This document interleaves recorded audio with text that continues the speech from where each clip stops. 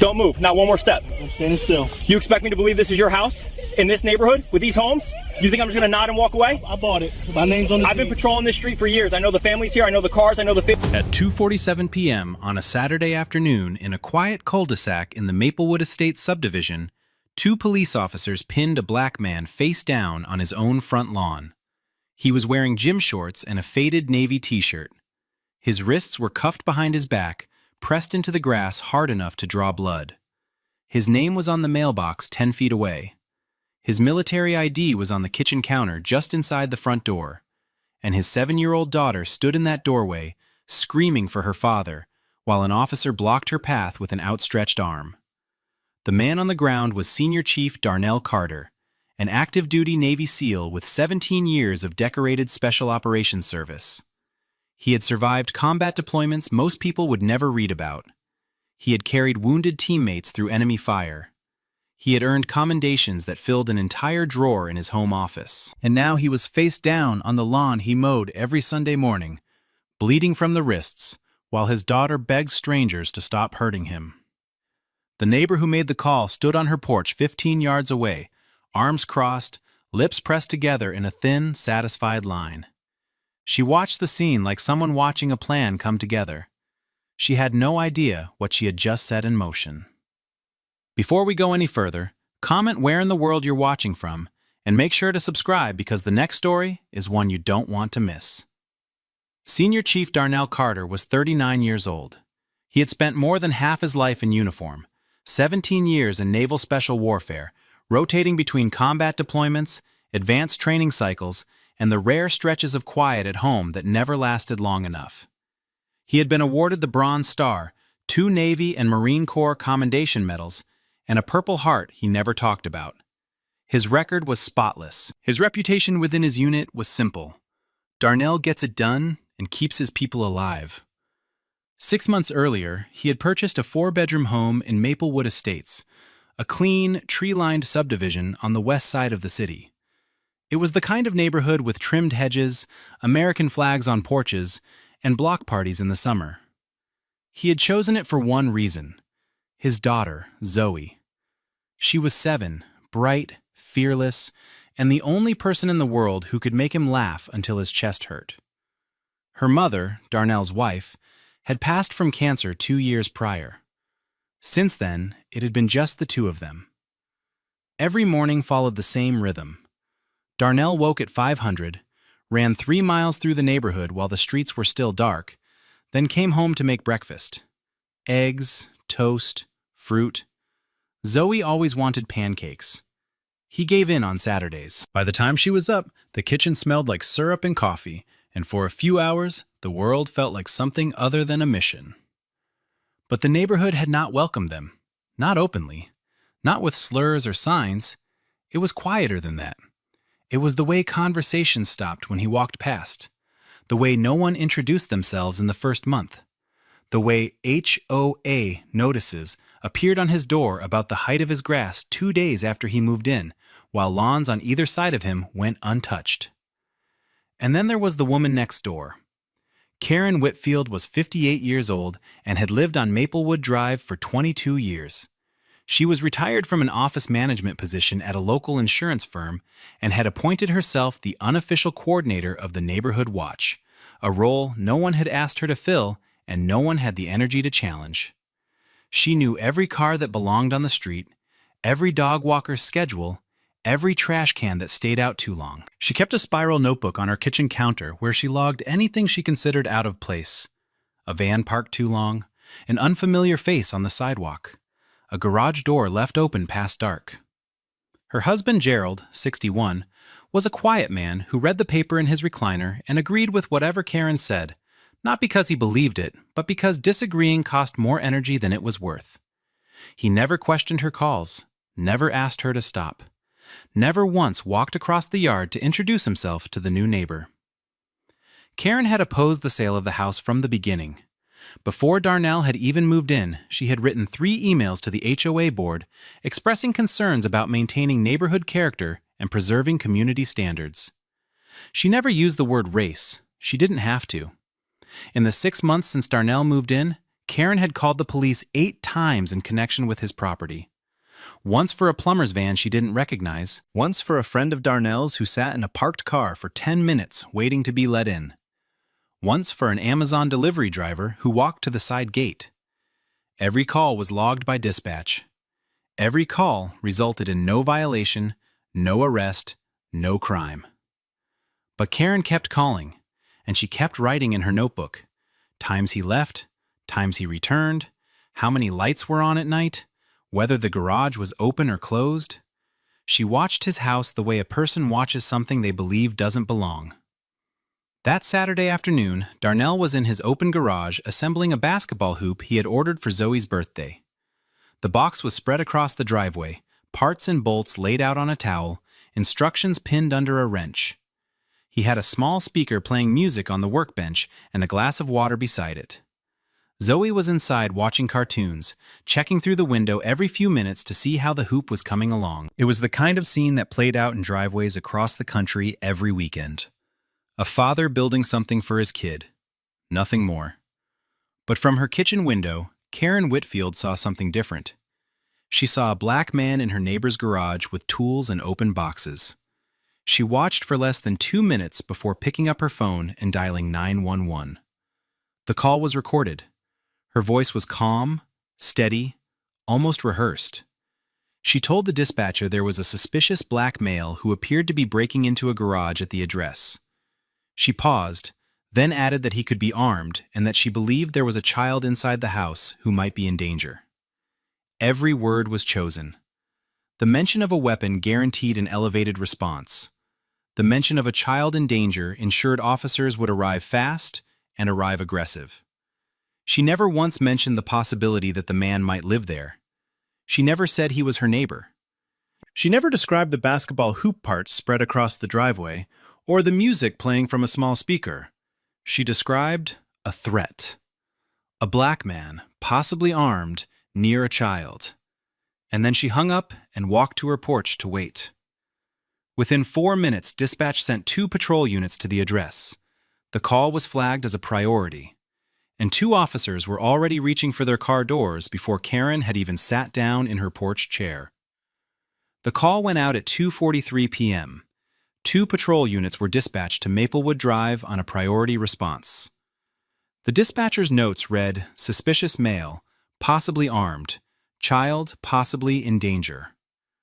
That language changed everything. It moved the call from a routine check to a high-alert approach. Officers were told to expect a threat before they had even turned onto the street. The lead responder was Officer Ryan Briggs, 36 years old, 10 years with the department. Briggs had built a reputation that depended on who you asked. His supervisors described him as assertive and decisive. Officers who had worked calls with him used different words: aggressive, reactive, heavy-handed. Black residents in the surrounding neighborhoods knew him by pattern, if not by name. He was the officer who always seemed to show up when the call involved someone who looked like them, and who always seemed to find a reason to escalate. 4 formal complaints of excessive force had been filed against Briggs over the past 6 years. 2 involved black men detained during routine stops. 1 involved a teenager handcuffed on a sidewalk for matching a vague description. All 4 had been reviewed internally. All 4 had been dismissed. Briggs had never faced suspension, retraining, or formal discipline of any kind. His partner that afternoon was Officer Dana Sutton, 28, 2 years on the job. She was quiet, competent on paper, and entirely deferential to Briggs. She had never once questioned a decision he made on a call. She followed where he led, did what he did, and wrote her reports to match his. A 3rd unit arrived separately. Corporal James Fenton, 44, was a veteran officer with 18 years of service and a clean record. He had no complaints on file and was known among peers as measured and thorough. He parked at the end of the cul-de-sac and stayed near his vehicle, observing. He did not rush in. That decision, and everything that followed it, would matter later. Briggs and Sutton came in fast. Both patrol cars turned onto Maplewood Drive with lights flashing and sirens cutting through the quiet of the street. Tires barked against the curb as Briggs stopped his cruiser at an angle across the bottom of Darnell's driveway. Sutton pulled in behind him and swung wide to the left. Darnell heard them before he saw them. He set the drill down on the driveway, stepped clear of the basketball hoop parts, and turned toward the street with both hands open and visible at his sides. His posture was straight. His expression was calm. 17 years of training told him exactly what to do and exactly what not to do. Briggs was out of his vehicle before the engine fully stopped. His service weapon was drawn, both hands on the grip, barrel leveled at Darnell's chest from 20 feet away. "Get on the ground now! Hands where I can see them!" Darnell's voice was steady. "I live here. This is my house. My daughter is inside." Briggs moved closer, weapon still raised. "I said get on the ground!" Sutton came around the far side of the cruiser, hand on her holster, cutting off any path toward the side yard. Darnell did not move suddenly. He did not raise his voice. He lowered himself slowly, narrating every motion the way he had been trained. "I'm getting down. I'm kneeling. My hands are open. I am not armed."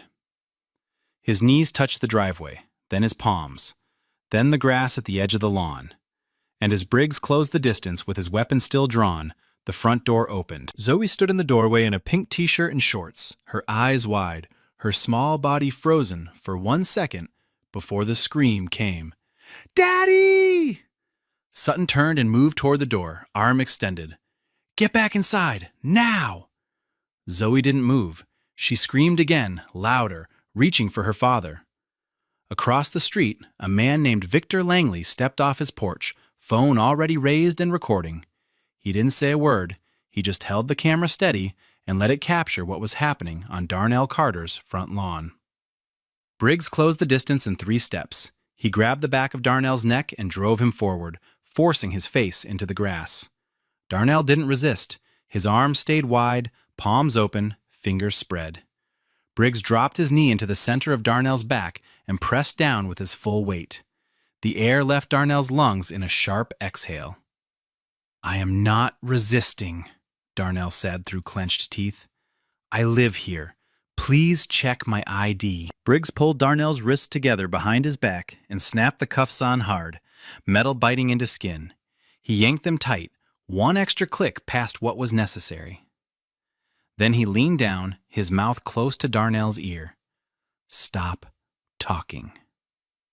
At the front door, Sutton stood with one arm across the frame, blocking Zoe from stepping outside. The child was shaking, tears running down her face, her small hands gripping the door frame.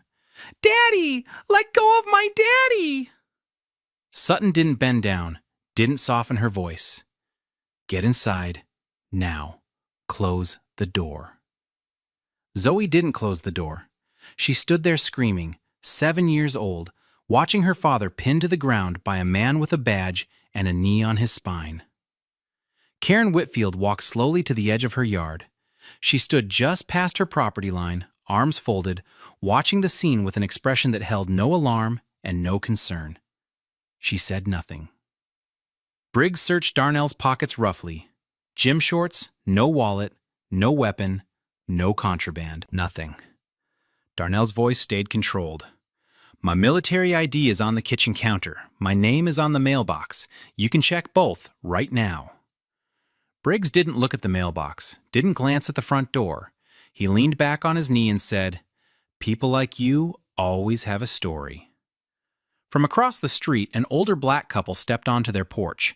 James and Beverly Washington, both in their late 60s, longtime residents of the street. Mr. Washington called out, "That man lives there. He's our neighbor. You're making a mistake." Briggs pointed at him without turning his head. "Sir, step back inside or I will arrest you for obstruction." Mrs. Washington grabbed her husband's arm. Her eyes were wet. They stayed on the porch. They did not go inside. Corporal James Fenton had been standing near his cruiser at the end of the cul-de-sac for nearly 4 minutes. He had watched the approach, the drawn weapon, the takedown, the cuffs. He had heard Darnell identify himself twice. He had heard the child screaming from the doorway, and he had watched Briggs ignore every word the man on the ground said. Fenton walked forward now, past Sutton's cruiser, past the basketball hoop part still spread across the driveway. He stopped at the mailbox at the edge of Darnell's front yard and looked at it. The name was printed clearly on the side in white adhesive letters. Carter. He looked at the man in the grass, then back at the mailbox. Then he walked to the front door where Sutton still stood blocking the child. He didn't go inside. He didn't need to. Through the glass panel beside the door, he could see the hallway. Family photos lined the wall. A man in navy dress blues holding a small girl. The same man on the lawn. The same girl in the doorway. Fenton turned and walked back to Briggs. Uncuff him. Briggs looked up. What? His name is on the mailbox. His photos are on the wall. He lives here. Uncuff him. Briggs shook his head. We need to clear the house first. Could be a domestic situation. Could be anything. Fenton's voice dropped. It was no longer a suggestion. I'm a corporal. You're an officer. I'm telling you to take the cuffs off that man right now. Briggs stared at him for a long second, jaw clenched, then stood up and stepped back without reaching for the cuffs. Fenton knelt down beside Darnell. I'm going to remove these. Stay still. He unlocked the left cuff first, then the right. The metal had cut into the skin on both wrists. Blood smeared across Darnell's palms as he brought his hands forward. The moment the cuffs came off, Zoe broke past Sutton and ran across the lawn. She hit her father's chest before he could even sit up fully, her arms locking around his neck, her face buried against him, sobbing so hard her whole body shook. Darnell held her with both hands and said nothing. He just held her. Fenton stood and spoke quietly. I'm sorry, sir. Behind them, Briggs turned toward his cruiser. His voice was low, but not low enough. This isn't over. Victor Langley's phone caught it from across the street, and the red light on Fenton's body camera had been blinking the entire time. Darnell sat on the front porch steps with Zoe in his lap. She had stopped screaming, but hadn't stopped shaking. Her fingers gripped his t-shirt so tight her knuckles were pale. He rested one hand on the back of her head and kept his breathing steady, the way he did when he needed the people around him to feel that the worst part was over. His wrists were still bleeding. He didn't wipe them. Corporal Fenton stepped inside the house with Darnell's permission and returned a minute later holding a military ID and a folded set of orders from the kitchen counter. He looked at the ID first. The photo matched. The name read Carter, Darnell A. The rank read Senior Chief Petty Officer. The branch read United States Navy. Below the ID in a leather folio were commendation letters, deployment records, and a summary of service that included Naval Special Warfare Group assignments spanning nearly 2 decades. Fenton's expression shifted as he read. He looked up at Darnell, sitting on the steps holding his daughter, wrists raw, grass stains on his shirt, and something tightened behind his eyes. He keyed his radio. Dispatch, this is Corporal Fenton on scene at Maplewood Drive. The call is unfounded. Subject is the confirmed homeowner and an active-duty senior chief in the United States Navy. No violation, no crime. Repeat, no crime. There was a pause on the other end, then a quiet, copy. By the cruiser, Briggs leaned against the hood with his arms crossed. Sutton stood beside him, staring at the ground. Neither of them walked back toward the porch. Neither of them said a word. Karen Whitfield's front door closed softly. She had already gone inside. Victor Langley crossed the street and approached Darnell with his phone in hand. Sir, I recorded the whole thing, every second. You need this. Darnell looked at him. Thank you. Mr. Washington walked over slowly, Beverly beside him.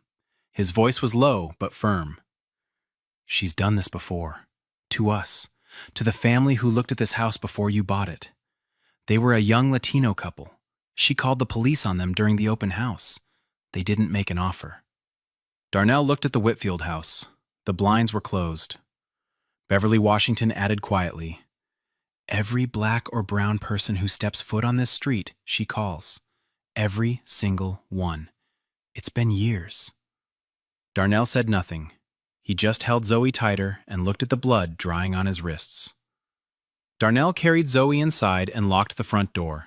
He sat her on the couch, turned on her favorite show, and told her he would be right back. She didn't want to let go of his arm. He knelt down and looked her in the eyes. "I'm right here. I'm not going anywhere. Nobody is taking me anywhere." She let go slowly. He went to the kitchen sink and ran cold water over his wrists. The cuts weren't deep, but they stung. Thin lines where the metal had bitten into the skin when Briggs cinched the cuffs past what was needed. He dried his hands, sat down at the kitchen table, and picked up his phone. He didn't raise his voice, didn't pace, didn't slam anything.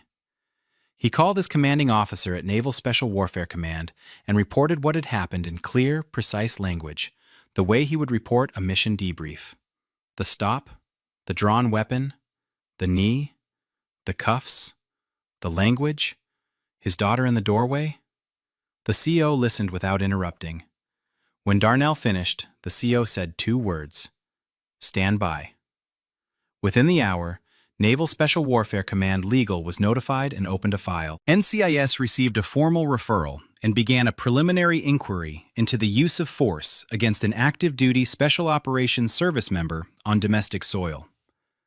Darnell's CO made a second call, this one directly to the Lakewood Police Department's Chief of Police.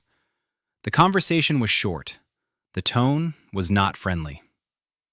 Meanwhile, 6 miles away, Victor Langley sat in his living room and uploaded the video to 3 platforms. He didn't add commentary. He didn't need to. The footage showed everything. A black man on his knees with open hands, a weapon drawn, a knee driven into his back, cuffs snapped on while a 7-year-old screamed from the doorway, a woman standing at the edge of her yard with her arms crossed, watching, and one officer's voice, low but audible, saying, "People like you always have a story." By midnight, the video had been viewed over 500,000 times. By morning, it would pass 1 million. And the phones in offices that Briggs and Whitfield had never heard of were already starting to ring. The investigation moved fast. Internal Affairs pulled body camera footage from all 3 officers by Monday morning. Corporal Fenton's camera told the full story. It showed Darnell stepping forward with open hands. It showed Briggs drawing his weapon at 20 feet. It showed the takedown, the knee, the cuffs, the child screaming in the doorway. It captured Briggs' voice saying, "People like you always have a story." The audio was clean. The footage was unbroken. There was nothing to dispute. Officer Sutton's camera was partial. Her angle caught voices but missed the physical contact during the takedown. It showed her blocking the door but cut away before Zoe ran to her father. Useful, but incomplete. Officer Briggs' camera recorded nothing. According to his report, the device malfunctioned during the call. Internal Affairs noted this was the 3rd time in 2 years Briggs' camera had failed during a use-of-force incident. The 911 call audio was reviewed next. Karen Whitfield's words were clear on the recording. Suspicious black male, could be armed, child inside who might be in danger. None of it was true. The mention of a weapon and a child in danger had directly escalated the dispatch priority and shaped how Briggs approached the scene. The district attorney's office flagged the call as potentially criminal. By midweek, the DOJ Civil Rights Division had been contacted and assigned a team. The Pentagon issued a formal inquiry requesting all footage, dispatch records, and officer service files. NCIS expanded its review into a full investigation. Darnell retained a civil rights attorney named Adrienne Caldwell. She reviewed the evidence in one sitting and told him this case would not be quiet. Investigators pulled Karen Whitfield's full 911 history the same week. In 6 months, she had placed 8 calls connected to Darnell's property. A plumber's van, a friend waiting in a parked car, a Friday evening barbecue. 8 calls, 8 dispatches, 0 violations, 0 crimes. They went back further. Over 5 years, Karen had made 14 additional 911 calls involving black or brown individuals on or near Maplewood Drive. A black delivery driver reported as casing houses. A brown teenager on a bicycle reported as suspicious. A black real estate agent reported as an unknown male going door to door. Every call unsubstantiated. Every subject a person of color. Not once had she called about a white person on her street. HOA emails surfaced next. In one, Karen wrote that the board needed to think carefully about the kind of people purchasing in the community. In another, she referenced maintaining the standards that made this neighborhood desirable. She never used the word race. She never had to. A former neighbor contacted investigators after seeing the viral video. Luis and Maria Flores, a Latino couple who had lived on the street for 3 years, described constant police calls, HOA complaints about their yard and front door color, and anonymous notes on their car. One read, "You don't belong here." They moved because fighting was no longer worth it. Karen was interviewed in her living room. Gerald sat beside her in silence. She said she was just trying to keep the neighborhood safe. When investigators asked her to name one specific crime she had ever seen Darnell Carter commit, she couldn't. The investigator closed his notebook. The record said everything she wouldn't. The outcomes came within 2 months. Officer Ryan Briggs was terminated on 5 counts. Excessive force, failure to de-escalate, failure to verify residency, racial bias indicators in his conduct, and suspicious body camera failure, the third such failure in 2 years, a pattern the department could no longer ignore. His law enforcement certification was revoked by the state board. He was barred from working in any policing capacity in the state. Officer Dana Sutton was suspended without pay and demoted for failure to intervene during a use of force she knew was unjustified. Before the disciplinary process concluded, she submitted her resignation. No statement, no apology. She was gone within a week. Corporal James Fenton received a formal commendation for his intervention on scene. In a private conversation with a fellow officer, he said it should have come sooner. "I watched too long." 2 supervisors who had previously dismissed complaints against Briggs were placed under internal review. One had signed off on the dismissal of all 4 prior excessive force complaints. The other had approved Briggs's return to active duty after each incident without requiring retraining. Both were suspended pending the outcome. The Lakewood Police Department entered into a federal consent decree requiring mandatory de-escalation training, independent body camera auditing, civilian oversight of use of force incidents, and quarterly reporting on racial disparities in police contact. Karen Whitfield was charged by the district attorney with filing a false police report and making a false emergency claim involving a weapon. Both were misdemeanors. Both carried potential jail time. But the charges didn't stop there. After reviewing her full 911 history, the pattern of calls targeting black and brown residents, and the HOA emails referencing the kind of people moving into the neighborhood, federal prosecutors added a charge of conspiracy to deprive civil rights under color of law. The trial lasted 4 days. Karen testified she was just trying to keep the neighborhood safe. Prosecutors played the 911 audio. They presented the 22 unsubstantiated calls. They read her emails to the HOA. They called Luis Flores to the stand, who described the anonymous notes, the constant police visits, and the day his wife told him she didn't feel safe in her own home anymore. The jury convicted Karen on all counts. She was sentenced to 14 months in federal prison and 3 years of supervised release. The Maplewood Estates HOA was named as a co-defendant in the civil lawsuit for enabling and failing to address years of discriminatory conduct documented in their own email records. Darnell's civil rights lawsuit against the city, the officers, and Karen Whitfield was settled before trial. The amount was in the 7 figures. The settlement included mandated department reforms, the creation of an independent civilian oversight board, and a formal public apology issued by the city. Darnell didn't attend the press conference. He was at home with Zoe. The basketball hoop went up on a Sunday morning. Darnell tightened the last bolt, stepped back, and bounced the ball once on the driveway before passing it to Zoe. She caught it with both hands, lined up her shot the way he had taught her, and missed wide. She laughed. He rebounded it and passed it back. She shot again. This time, it hit the rim. That afternoon, James and Beverly Washington walked across the street carrying foil-covered dishes. Darnell had the grill going in the backyard. Zoe showed Beverly her new hoop. James handed Darnell a bottle of sauce and said, "Welcome to the street. For real this time." Karen Whitfield's house sat empty. A for sale sign stood in the front yard. The blinds were drawn. She would not be returning. Darnell didn't talk about her. He didn't talk about Briggs or Sutton or the cuffs or the lawn. Not to the neighbors, not to the press. He had said what he needed to say in his statements, in the courtroom, and in the evidence. That was enough.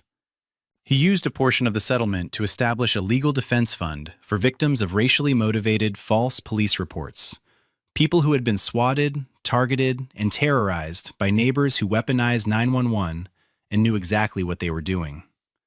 He partnered with Adrian Caldwell to build a network of attorneys willing to take those cases. A few weeks later, his commanding officer called. "Darnell, you handled it like a SEAL." Darnell looked through the kitchen window at Zoe shooting baskets in the driveway, the hoop he had been building the day they put him on the ground. "I handled it like her father." The final frame of the body camera footage would circulate for months. A decorated war hero, face down on his own front lawn, wrists cuffed behind his back, his 7-year-old daughter screaming 10 feet away.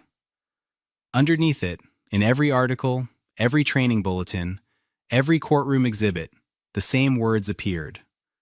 This is what unchecked bias looks like. No names were printed. They didn't need to be. The footage spoke for itself. This case was brutal, but the case on the right spirals completely out of control.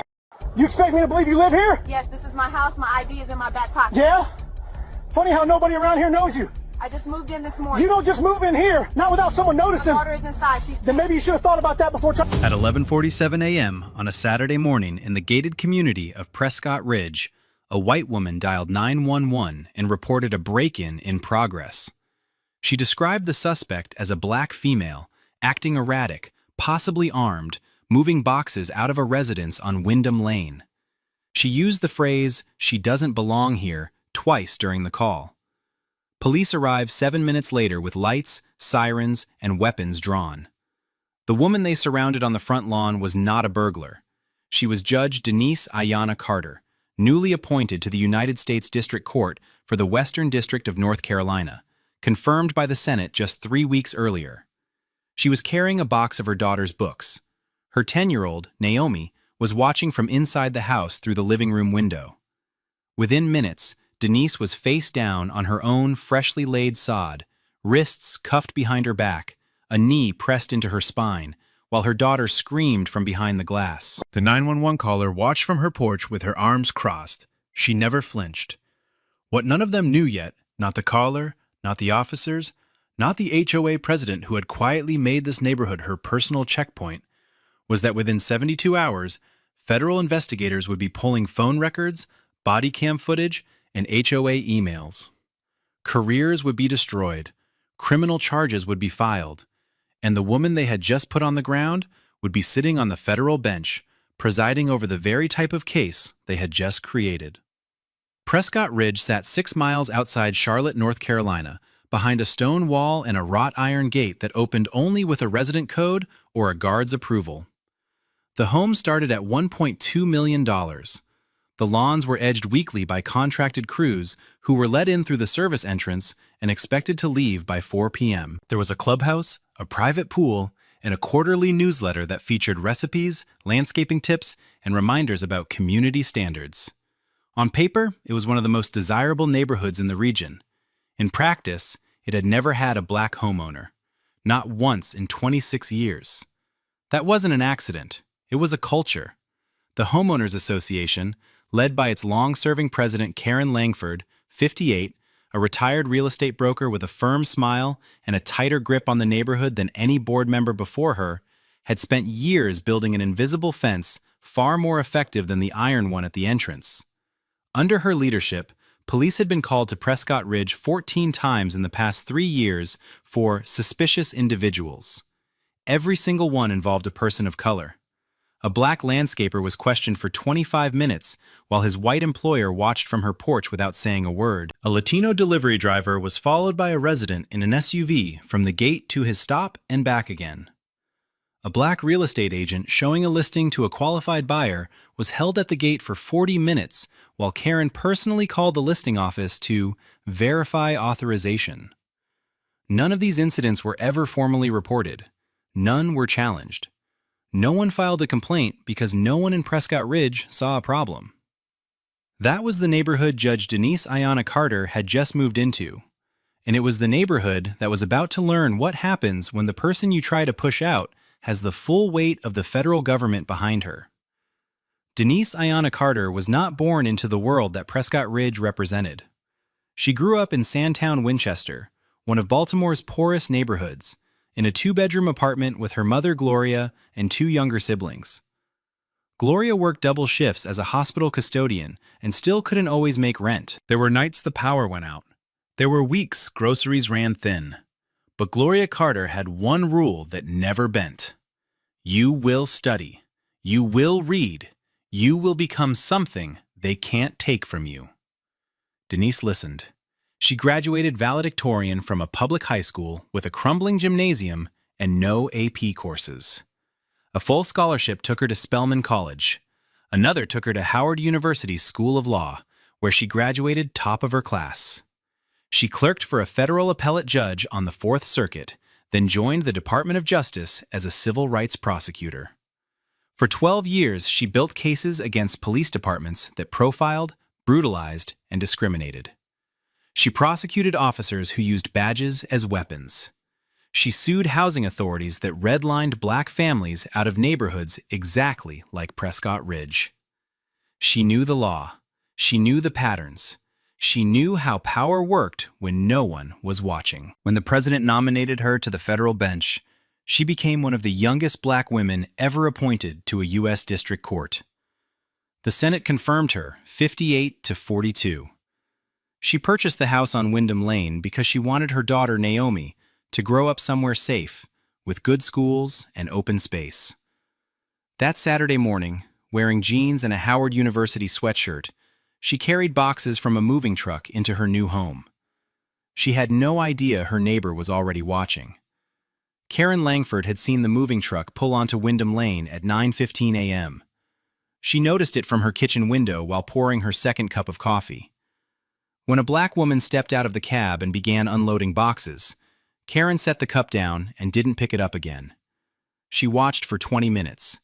She studied the woman's movements, the way she walked back and forth between the truck and the front door, the way she paused on the porch and looked around. To anyone else, it was a person moving into a new home. To Karen, it was a threat. She picked up her phone and called Linda Greaves, 2 houses down. Did you know someone was moving into the Wyndham house? Linda didn't. Karen called Paul Fenton across the street. Same answer. No one had heard. No one had been told. In Karen's mind, that absence of information was confirmation enough. She had told 3 different neighbors over the past month that she hoped the Wyndham property would go to the right kind of family. She never defined what that meant. She never had to. At 11:38 a.m., Karen dialed 911. The transcript would later be entered into federal evidence. There's a black woman at 4912 Wyndham Lane. She's going in and out of the house. I don't think she lives here. She's acting erratic, looking around like she's casing the place. I think she might be armed. I saw something in her waistband. She doesn't belong here. The object in Denise's waistband was a tape measure she had tucked there while measuring the front door frame for a new screen door. Karen used the phrase, "she doesn't belong here," twice during the call. The dispatcher classified it as a burglary in progress with a possibly armed suspect. 2 patrol units were sent, lights and sirens. Officer Wade Prescott was 43 years old with 18 years on the force and a personnel file thick enough to warrant its own drawer. 7 complaints of excessive force, 3 allegations of racially biased stops, all dismissed, all buried under internal review processes that treated civilian complaints like paperwork to be filed, not problems to be solved. Prescott had never been suspended, never been reprimanded in writing, never faced a single consequence for any of it. He had learned over nearly 2 decades that complaints disappeared and badges didn't. His partner that morning was Officer Danny Lucero, 29, 4 years on the job. Lucero was quiet, agreeable, and had never once questioned a senior officer's judgment on a call. He followed. That was his role, and he had never been given a reason to reconsider it. When the dispatch came through at 11:45 a.m., the call was coded as a burglary in progress, possibly armed suspect, residential neighborhood. Prescott pulled the cruiser out of a gas station lot and hit the lights. Lucero checked his sidearm. Neither officer ran the address through property records. Neither checked the county assessor database, which would have shown the home had been purchased 3 weeks earlier by Denise A. Carter. They didn't look at the mailbox when they arrived, which already bore her name in neat black letters. They pulled the cruiser directly onto the front lawn, tires cutting into fresh sod, and exited with weapons drawn. Denise was standing on the front porch holding a cardboard box labeled Naomi's Books in black marker. She looked up and saw 2 officers pointing service weapons at her chest. Behind her, through the living room window, her 10-year-old daughter Naomi stood frozen, watching her mother stare down the barrels of 2 guns. Prescott shouted first, "Drop it! Hands where I can see them! Get off the porch! Now!" Denise set the box down slowly, her hands rising to shoulder height, palms open and facing forward. She kept her voice even. "Officers, my name is Judge Denise Carter. This is my home. I just moved in today. I can show you my identification." Prescott didn't pause. "Sure you are. And I'm the mayor. Step off the porch and get on the ground. Now." Denise stayed calm. "Sir, I am a federal judge with the United States District Court. My ID is in my back pocket. My daughter is inside. She's 10 years old. Please don't scare her." Prescott stepped closer, his weapon still raised. "I'm not going to ask again. On the ground." Lucero circled to her left, positioning himself behind her, cutting off any path back toward the front door. Denise lowered herself to one knee slowly, still speaking. "I'm complying. I'm not resisting. Please, my daughter is watching." Prescott holstered his weapon, grabbed her right wrist, twisted it behind her back, and drove her face first into the lawn. The impact was hard enough to press grass and dirt into the side of her face. He wrenched her other arm back and snapped the cuffs on while planting a knee between her shoulder blades. Inside the house, Naomi screamed. The sound cut through the morning air and reached every porch on the street. Neighbors stepped outside. At least 4 phones began recording. Karen Langford stood on her own porch 15 yards away, arms crossed, watching. She nodded once. Denise spoke into the grass. "My daughter is inside, alone. She's 10. Please don't frighten her. Please." Prescott didn't respond. Lucero, without a warrant, without permission, without probable cause, walked to the front door, pushed it open, and entered the home with his weapon drawn. He found Naomi crouched behind the couch, sobbing, her arms wrapped around her knees. He shouted commands at her. "Don't move. Where's anyone else? How many people are in this house?" She was 10 years old. She could barely breathe through the crying. Lucero radioed in. "Minor on the premises. No other suspects." He left her there, alone. He walked back outside to stand over Denise, while Naomi's cries echoed through the open front door for every camera and every neighbor to hear. Naomi Carter had been coloring at the kitchen table when the moving truck arrived that morning. She had helped carry 2 small boxes from the truck to her new bedroom, the one with the big window that looked out onto the backyard. Her mother had promised they would hang curtains together that afternoon. Purple ones. Naomi had picked them out herself. When the sirens hit the street, Naomi moved to the living room window. She saw the police car pull onto the grass. She saw 2 officers get out with their guns pointed at her mother. She didn't understand. Her mother was just standing on the porch holding a box. The box with Naomi's name on it. The one with her books inside. She pressed her hands against the glass. Her breath fogged the window. She couldn't move. She watched Prescott grab her mother's arm and twist it. She watched her mother go down face first into the lawn. She watched a knee press into her mother's back. That was when Naomi screamed. It was the kind of scream that doesn't stop on its own, the kind that comes from a place deeper than fear. Neighbors heard it from their porches. Cell phone recordings captured it clearly, a child's voice breaking over and over, calling for her mother. Then the front door burst open. Lucero came through it with his weapon drawn, even though the door had been unlocked the entire time. He swept the room. He found Naomi behind the couch, curled into herself, arms around her knees, face wet with tears. He pointed his weapon in her direction before lowering it. "Don't move. How many people are in this house?" She couldn't answer. She was gasping between sobs. "Mommy, I want my mommy, please." Lucero didn't kneel, didn't soften his voice, didn't explain why he was there or that her mother was okay. He keyed his radio. "Minor on premises. No other suspects found." Then he turned and walked back outside, pulling the door shut behind him. Naomi stayed behind the couch for 15 minutes, alone, in a house she had lived in for less than 3 hours. She could hear voices outside, but not her mother's. She didn't know if her mother was hurt. She didn't know if her mother was coming back. The neighbor videos captured what the body cameras missed: the sound of a child crying through an open window, calling for a mother who was face down in handcuffs 12 feet away and not allowed to answer. Gerald Forsyth had moved to Prescott Ridge 8 years earlier after retiring from a 40-year career in civil litigation.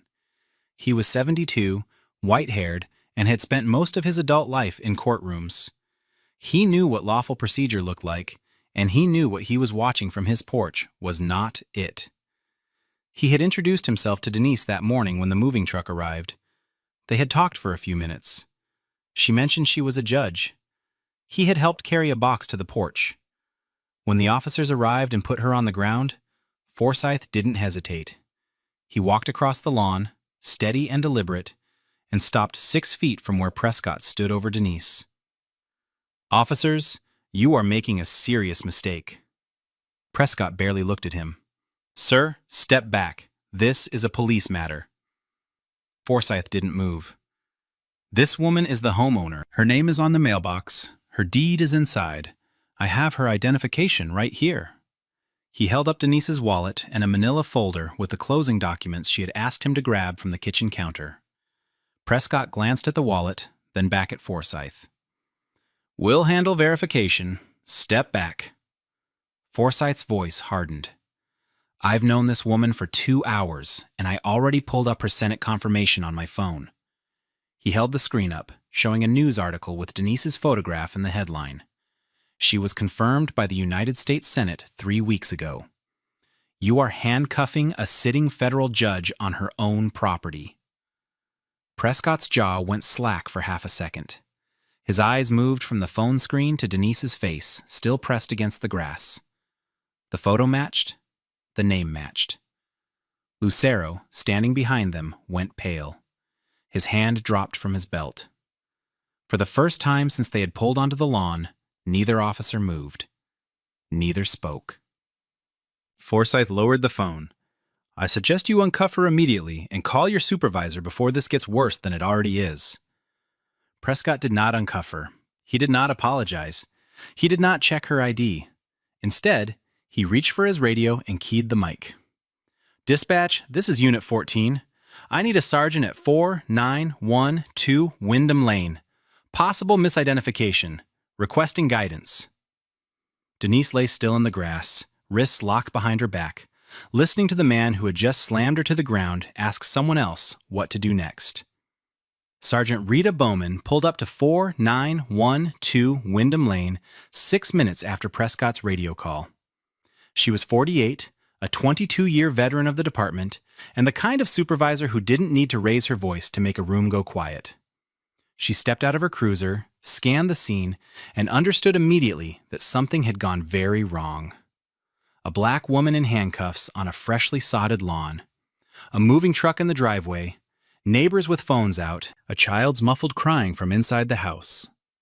Gerald Forsythe met her halfway across the lawn, holding the wallet and the deed folder. He handed her both without a word. Bowman looked at the driver's license first, then the deed, then the news article still open on Forsythe's phone. She looked at Denise on the ground and back at Prescott. "Uncuff her, now." Prescott hesitated. "Sarge, the call said she was possibly armed." "I said uncuff her." Prescott removed the handcuffs. Denise sat up slowly, rubbing the red grooves pressed into her wrists, grass and dirt still on the side of her face. Bowman crouched in front of her. "Ma'am, I'm Sergeant Rita Bowman. I'm sorry, are you hurt?" "My daughter," Denise said. "She's inside, alone. She's been alone this whole time." Bowman stood, walked to the front door, and went inside. She found Naomi still behind the couch, knees pulled to her chest, face swollen from crying. Bowman sat on the floor beside her. "Your mom is okay. She's right outside. She's coming in to get you, I promise." She stayed with Naomi until Denise walked through the door 2 minutes later. Then Bowman went back outside and turned on Prescott. "What probable cause did you have? He got a burglary call. Did you verify ownership before drawing weapons? Did you check the mailbox? The moving truck has her name on the invoice taped to the door." Prescott said nothing. Bowman pulled both officers' radios and body cameras. She called the precinct captain from the driveway. The captain called the chief. The chief called the city attorney. Within the hour, the Charlotte FBI field office received a formal notification. An assault on a sitting federal judge is a federal crime. And when the DOJ Civil Rights Division opened a file that afternoon, the name on the intake form was familiar to half the office. Denise had worked there for 12 years. Federal investigators pulled the 911 recording within 24 hours. They played it back 4 times in a conference room at the Charlotte FBI field office. Every word was transcribed, time-stamped, and entered into evidence. "There's a black woman at 4912 Wyndham Lane. She's going in and out of the house. I don't think she lives here. She's acting erratic, looking around like she's casing the place. I think she might be armed. I saw something in her waistband. She doesn't belong here." Each claim was checked against the facts. Erratic behavior. Denise had been walking boxes from a moving truck to her front door in a straight line for over an hour. Possibly armed. The object in her waistband was a tape measure, visible in both body camera footage and neighbor recordings. Casing the place. She had been measuring her own door frame. She doesn't belong here. She said it twice.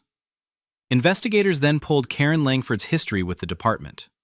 What they found was not a concerned citizen making a one-time mistake.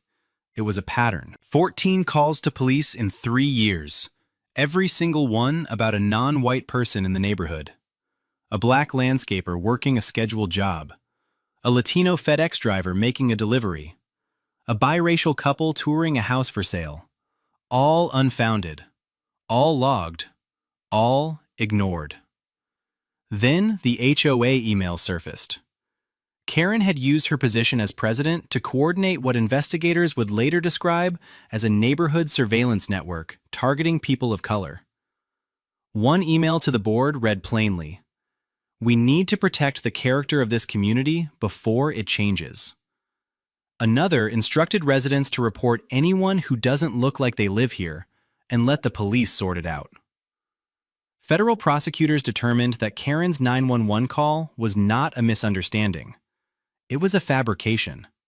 A false police report designed to provoke an armed response against an unarmed black woman on her own property. Given the documented pattern of racial targeting, the U.S. Attorney's Office added a federal hate crime charge under 18 U.S.C. Section 249.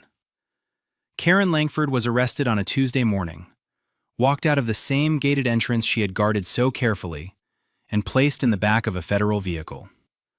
Her HOA presidency was stripped that same week by an emergency board vote. Within a month, her husband filed for divorce, citing in the petition irreconcilable differences rooted in moral disagreement. Karen's attorney released a statement calling the charges an overreach. The 911 recording said otherwise. Internal Affairs opened its investigation before the sun set on Saturday. The body camera footage from both officers was pulled, time-stamped, and logged into the department's evidence system by 4 p.m. A secure copy was sent to the FBI field office by 5. The footage from Prescott's camera began in the cruiser. He and Lucero were driving to the call, lights on, sirens wailing. Prescott glanced at Lucero and grinned. "Bet you $20 it's a crackhead." Lucero laughed. The camera caught it all. The audio was clean. The timestamp was clear. When they arrived, the footage showed Prescott pulling onto the lawn without pausing at the mailbox. It showed him exiting with his weapon drawn before assessing the scene. It showed Denise standing calmly on the porch holding a cardboard box. It captured her voice, steady and clear. "Officers, my name is Judge Denise Carter. This is my home." And it captured Prescott's response. "Sure you are. And I'm the mayor." The footage continued through the takedown, Denise lowering herself voluntarily, Prescott grabbing her wrist, the twist, the shove. Her face hitting the grass, his knee on her back, her voice underneath him. "My daughter is inside. She's 10. Please don't scare her." At no point did Prescott attempt to verify her identity. At no point did he run the address. At no point did he check the deed, the mailbox, or the moving invoice taped to the front door with her full name on it. Lucero's footage confirmed the unlawful entry. No warrant, no exigent circumstances beyond his own assumption. A weapon drawn inside a home where the only occupant was a 10-year-old girl behind a couch? Internal Affairs completed its preliminary findings within 5 days. Prescott was terminated for excessive force, racial bias, failure to follow verification procedures, and conduct unbecoming an officer. His 7 prior complaints were formally reopened. Lucero was terminated for failure to intervene, unlawful entry without a warrant, and traumatizing a minor during an unjustified search. The State Law Enforcement Certification Board opened emergency decertification proceedings against both officers within the week. Neither would ever carry a badge again.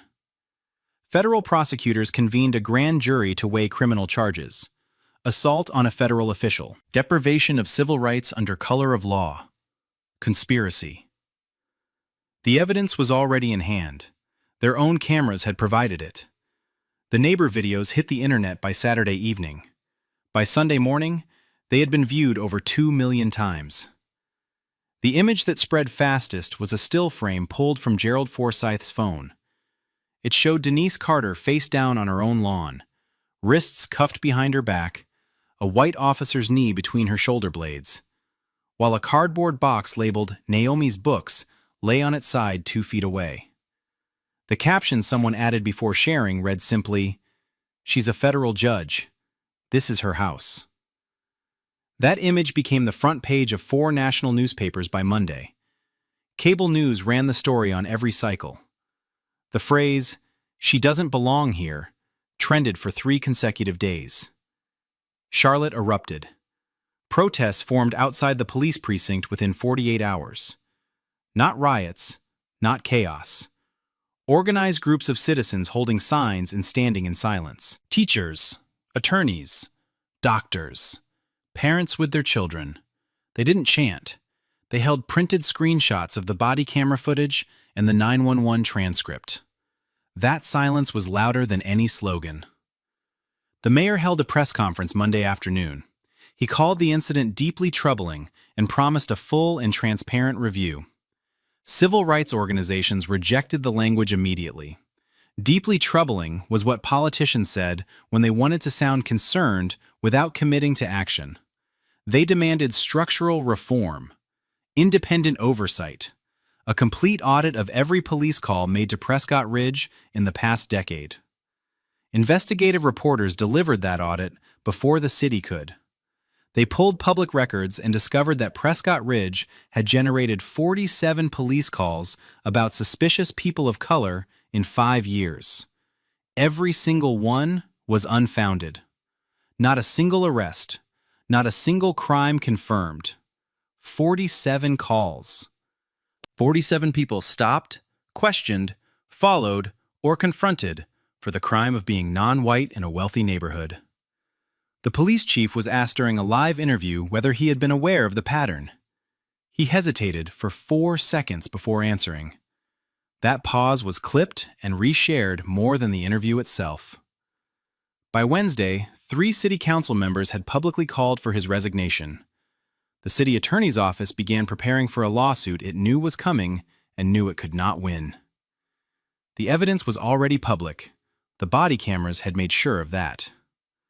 Judge Denise Ayanna Carter recused herself from any proceeding connected to the incident before filing the lawsuit.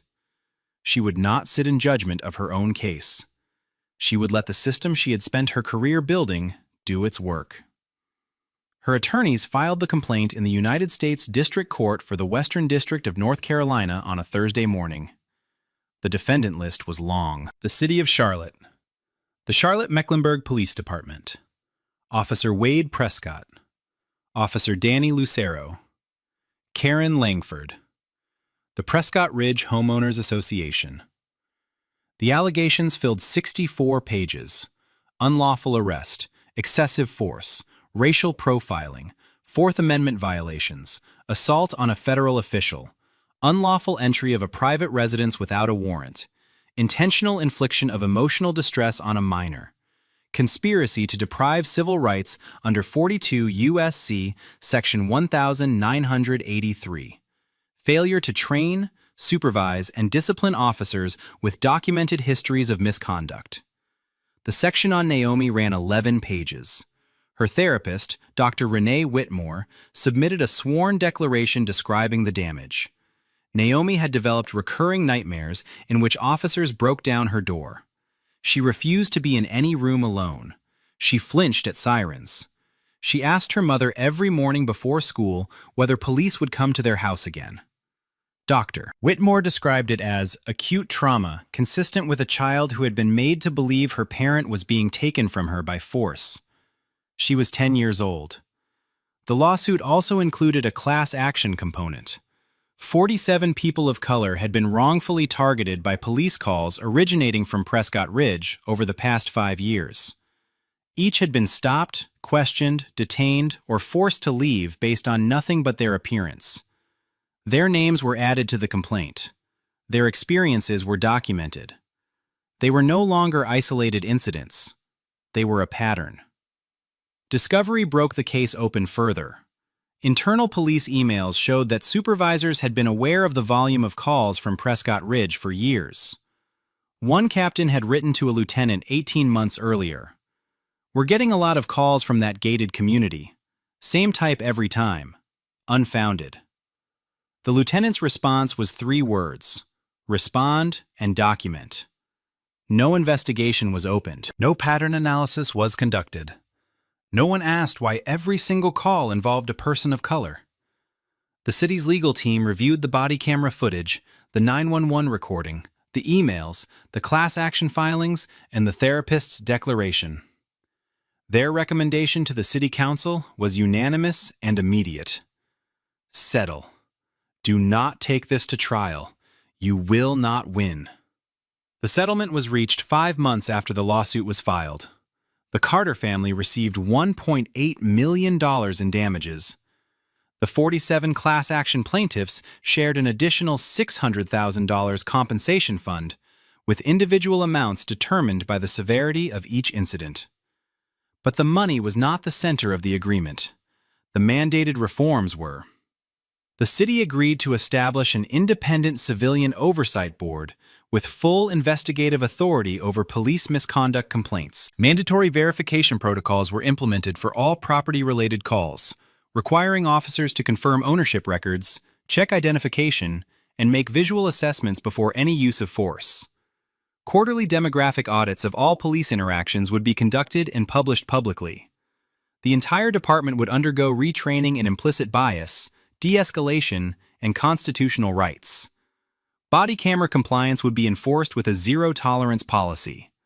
Any officer who failed to activate their camera during a citizen interaction would face immediate suspension. The criminal cases moved on a parallel track. A federal grand jury indicted Wade Prescott on 2 counts: deprivation of rights under color of law, 18 U.S.C. Section 242, and assault on a federal official. The body camera footage was the prosecution's primary exhibit. his own voice, his own hands, his own knee. The jury deliberated for less than a day, guilty on both counts. The judge sentenced Prescott to 4 years in federal prison. She noted in her remarks that his record of prior complaints demonstrated a pattern the department had chosen to ignore, and that this failure had culminated in the assault of a sitting federal judge on her own property in front of her child. Danny Lucero was convicted of deprivation of rights and unlawful entry. He received 18 months. His attorney argued he had simply followed a senior officer's lead. The judge was unmoved. Following orders is not a defense when the orders are unconstitutional. Karen Langford pleaded guilty to filing a false police report and 1 count of a federal hate crime under 18 U.S.C. Section 249. Her 911 call, her history of targeting, and the HOA emails left no room for a viable defense. She was sentenced to 2 years in federal prison. She became the first person in North Carolina convicted under federal hate crime statutes for a weaponized 911 call. Legal analysts called it a landmark. The precedent was set. A phone call made with the intent to provoke an armed police response against a person based on their race was not a misunderstanding. It was a crime.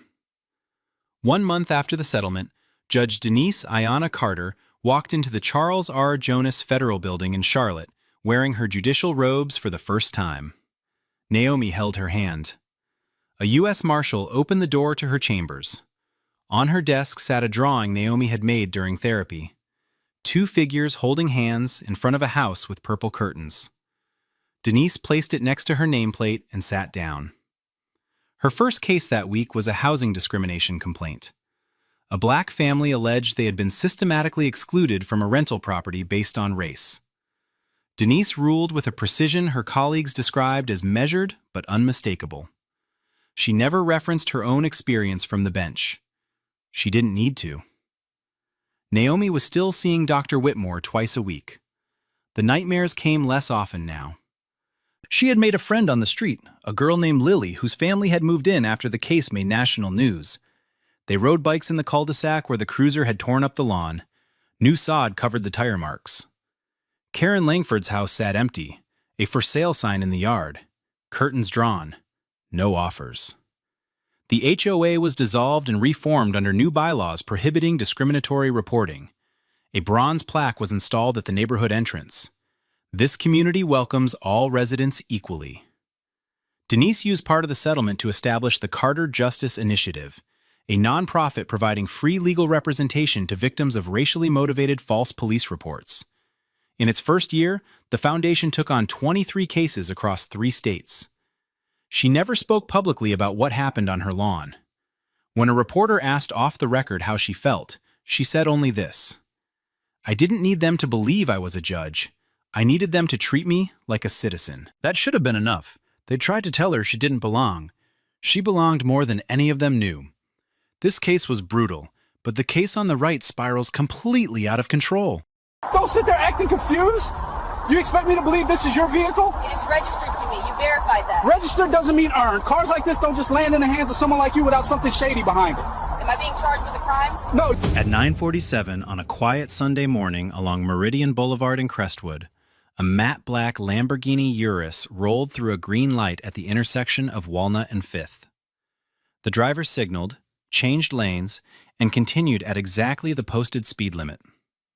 6 car lengths behind her, Officer Brent Hargrove, 42, a 16-year veteran of the Crestwood Police Department, sat behind the wheel of his patrol cruiser and watched.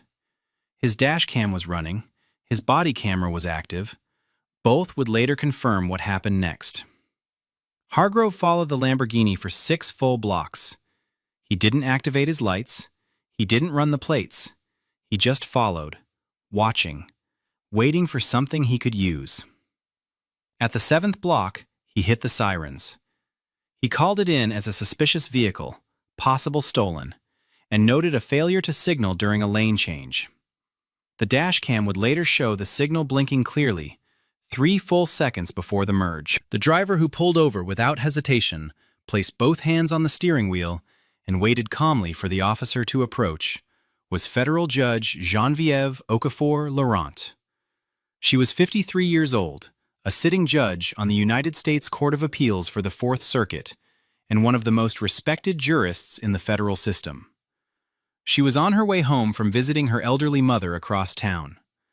She wore a linen blouse, sunglasses pushed up on her head, and no identification that would mark her as anything other than what Hargrove had already decided she was: a black woman driving a car he didn't believe she could own. Officer Brent Hargrove had been with the Crestwood Police Department since he was 26 years old.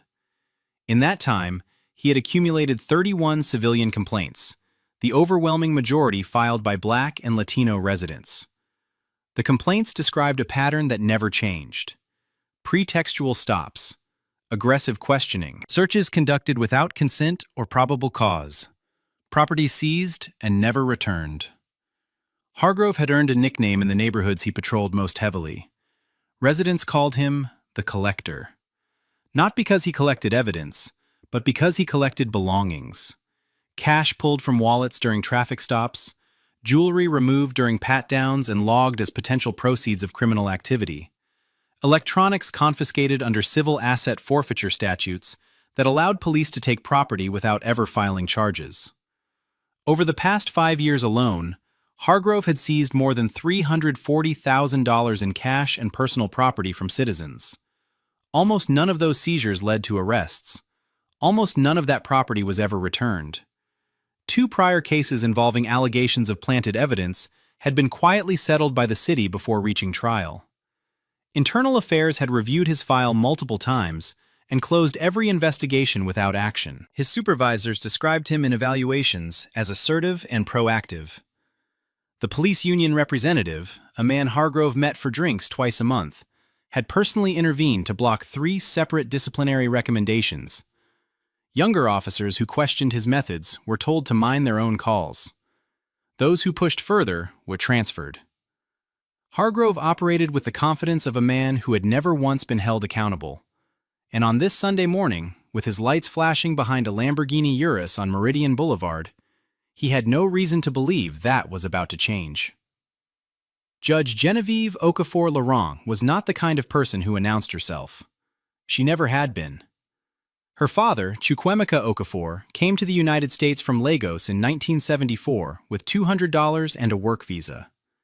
He drove a taxi in Washington, D.C. for 31 years, 6 days a week, often pulling double shifts so his children wouldn't carry the debt he did. Her mother, Ruth Ann Laurent, grew up in Orangeburg, South Carolina, the granddaughter of sharecroppers. She cleaned office buildings at night and took community college classes during the day until her body gave out before her ambition did. Geneviève was the youngest of 3.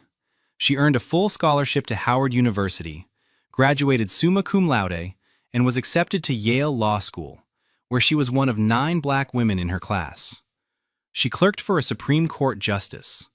She spent a decade as a federal prosecutor in the Civil Rights Division of the Department of Justice, trying cases involving police brutality, unlawful search and seizure, and systemic discrimination in law enforcement agencies across the Southeast.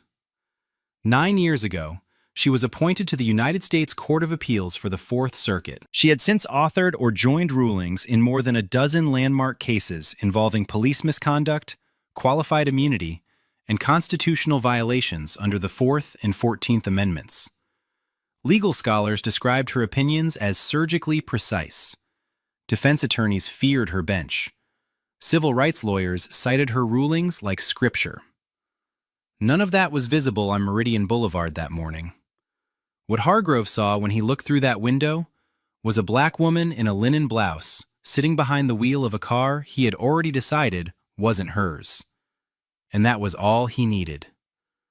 Hargrove approached the driver's side with his right hand resting on his belt. His body camera captured the angle from his chest. The dash cam recorded the wider frame from the cruiser.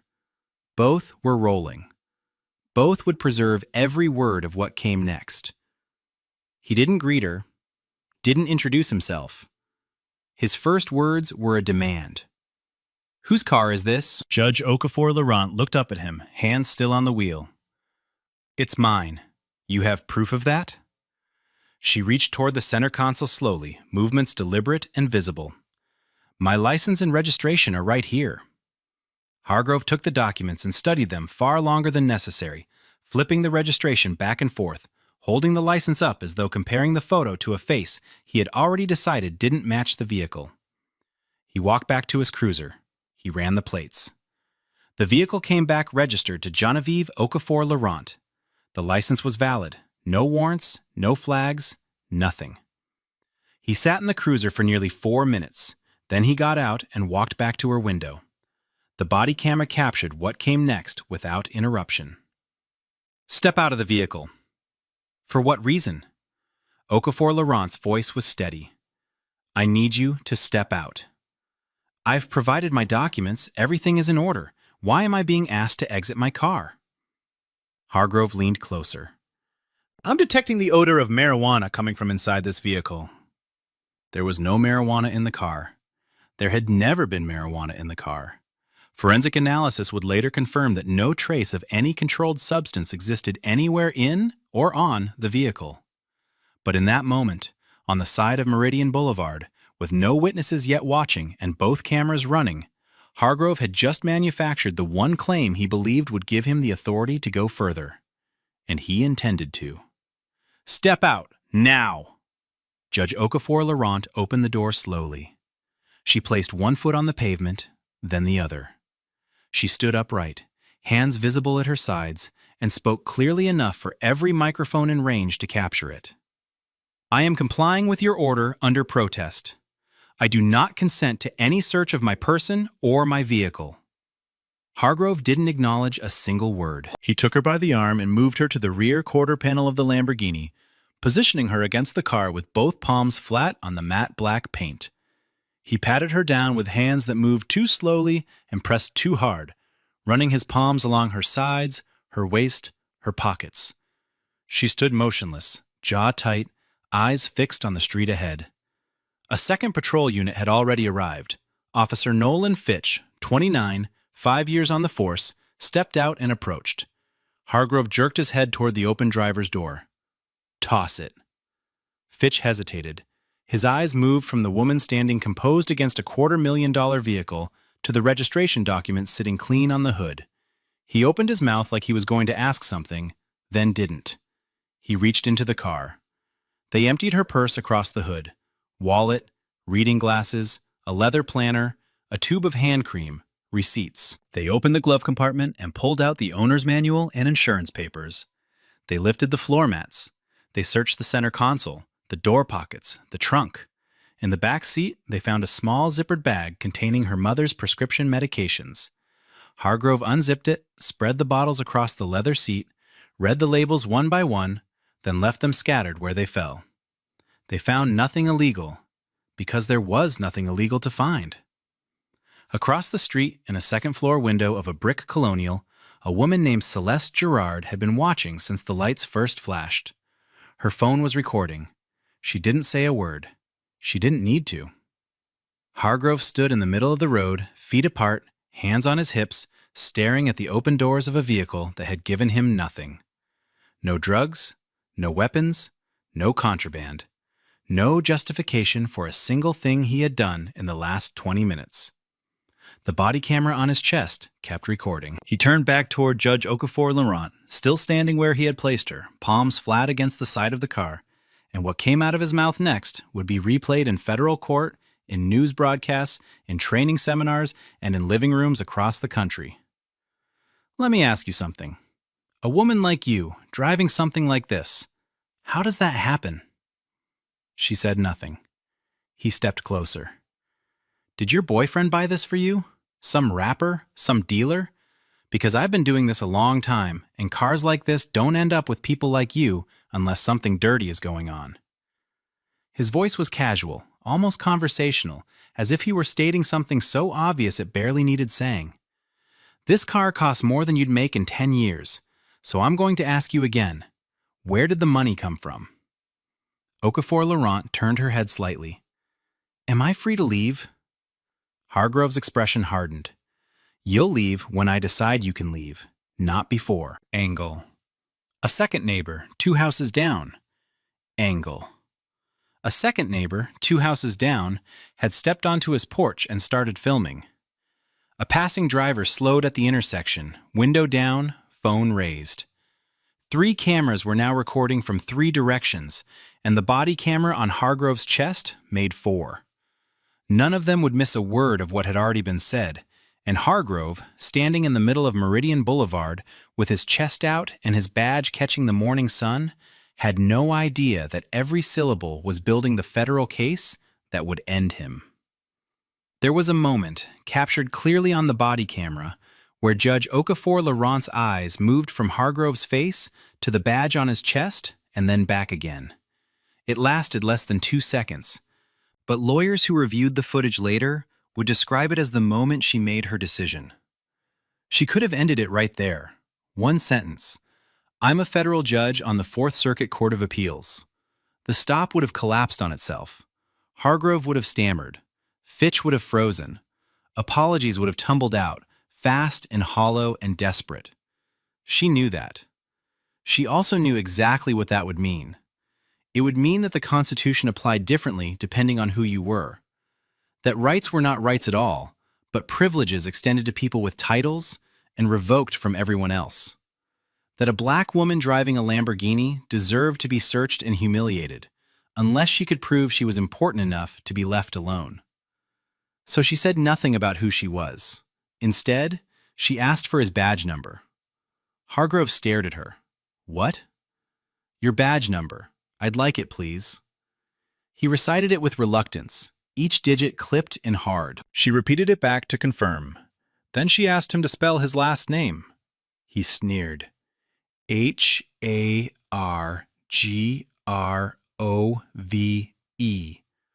Slow enough for you?" She didn't react. She filed it the way she filed everything, with precision, without emotion, with the patience of a woman who had spent 9 years on the federal bench, weighing testimony, dissecting evidence, and holding powerful men accountable when they believed they were untouchable. She had judged cases exactly like this one. She had read transcripts full of the same language, the same pretexts, the same arrogance dressed in a uniform. Now she was standing inside one, palms flat against her own car, living every word she had ever read in a case file.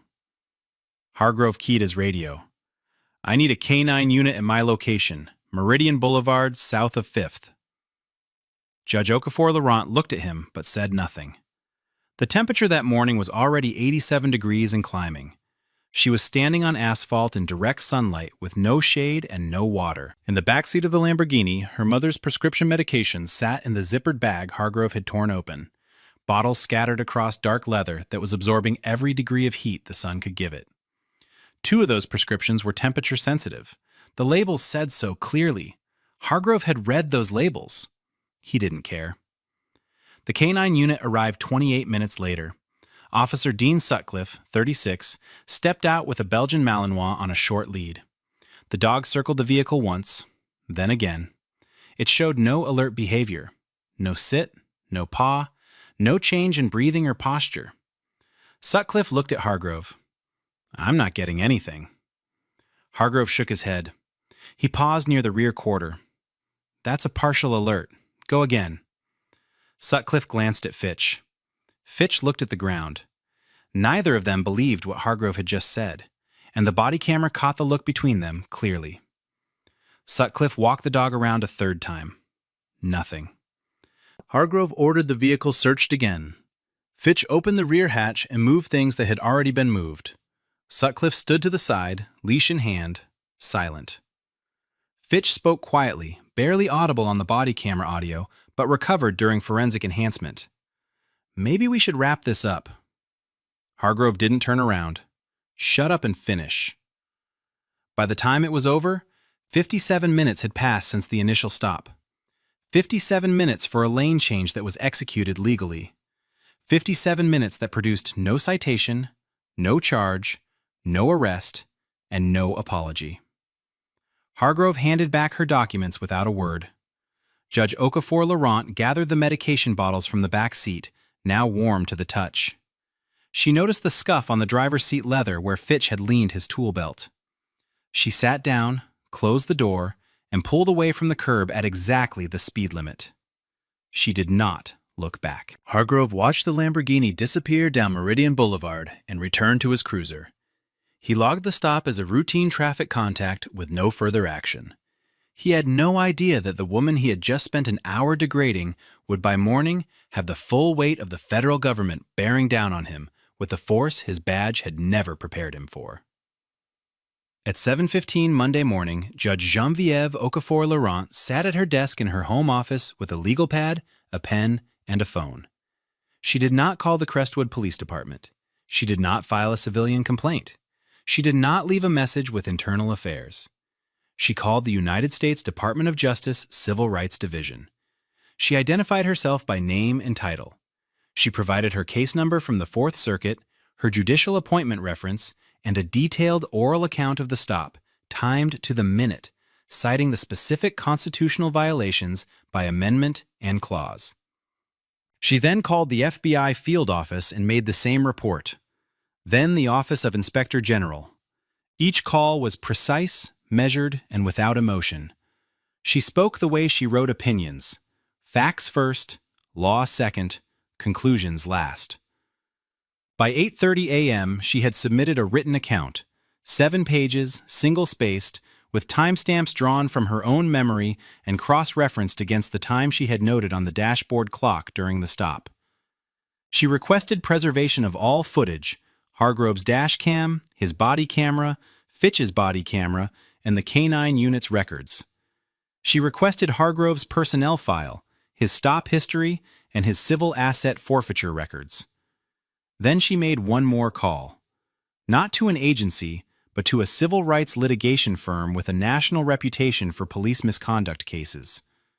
She told them she was not calling for herself. She was calling because she wanted to know how many other people Brent Hargrove had done this to. People who didn't have a law degree. People who didn't have a title. People who didn't have the ability to make the calls she had just made. By the time Judge Okafor-Laurent closed her legal pad, the machinery of federal accountability was already turning, and Officer Brent Hargrove was on his way to work with no idea that his name was now in 3 federal databases.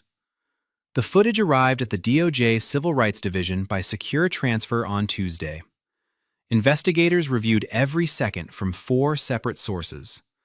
The dashcam came first.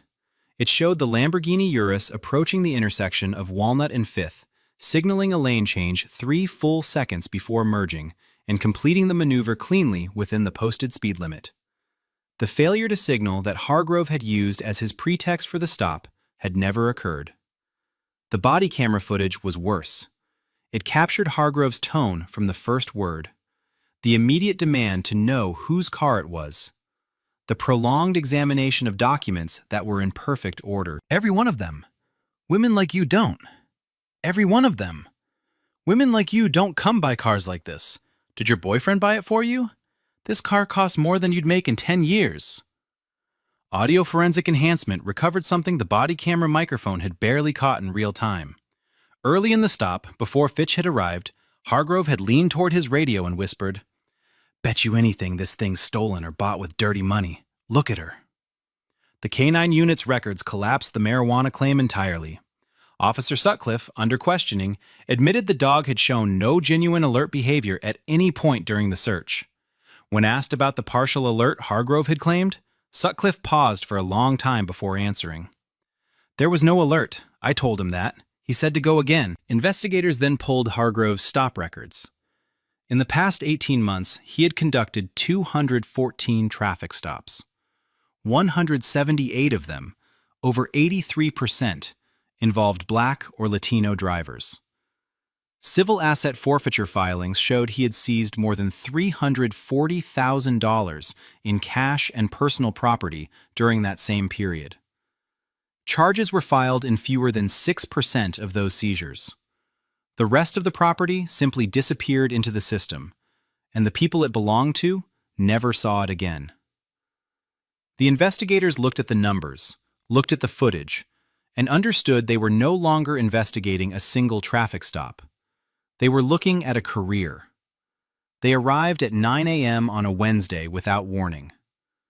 2 FBI special agents and 3 DOJ Civil Rights Division investigators walked through the front entrance of the Crestwood Police Department, carrying federal subpoenas and a preservation order for all digital records.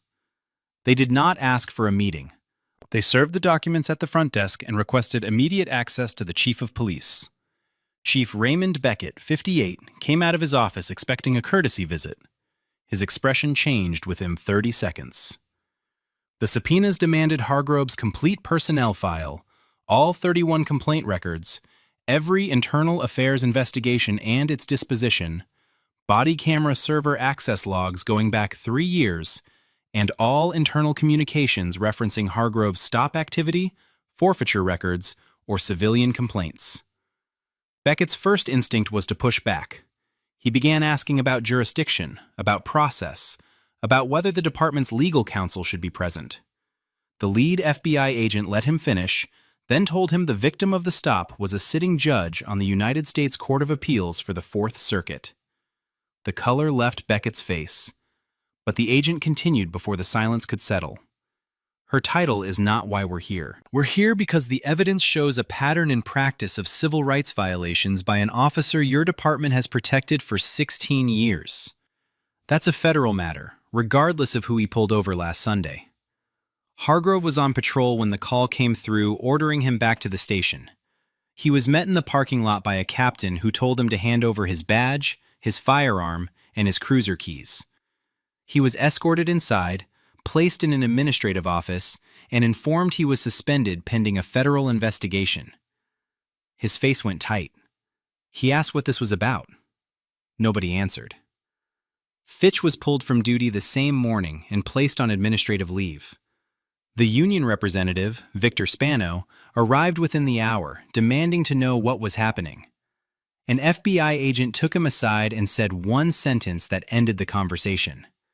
"Obstruction of a federal civil rights investigation is a felony, Mr. Spano. I suggest you cooperate fully and advise your client to do the same." Spano said nothing further. For the first time in 16 years, the machinery that had shielded Brent Hargrove went completely silent. 3 weeks later, the United States Attorney's Office for the District filed a federal indictment against Officer Brent Hargrove. The charges were severe: deprivation of rights under color of law, 18 U.S.C. Section 242, conspiracy to commit civil rights violations, filing false police reports, illegal search and seizure in violation of the Fourth Amendment. The indictment ran 34 pages. It did not focus solely on the stop of Judge Genevieve Okafor-Laurent. It detailed a pattern spanning years. 47 identified victims, predominantly Black and Latino, subjected to unlawful stops, fabricated pretexts, warrantless searches, and civil asset forfeitures carried out without probable cause. It described a system in which complaints were filed and buried. Supervisors looked the other way, and one officer operated with impunity because no one above him had the will to stop him. Officer Nolan Fitch was offered cooperation terms within days of the indictment. He accepted. In his testimony to federal investigators, Fitch described what Hargrove was like between stops, the language he used in the cruiser when the body cameras were off, the casual way he selected targets based on race and vehicle type, the comments about certain neighborhoods and certain people that had become so routine, Fitch stopped registering them as unusual. He described an unwritten culture within the department where aggressive stop numbers were rewarded, where complaints from minority residents were treated as the cost of doing business, and where officers who raised concerns were quietly reassigned or frozen out of advancement. Fitch's testimony led investigators to 2 supervisors, Sergeant Dale Womack and Lieutenant Ira Fontaine, both of whom were named in the indictment as unindicted co-conspirators.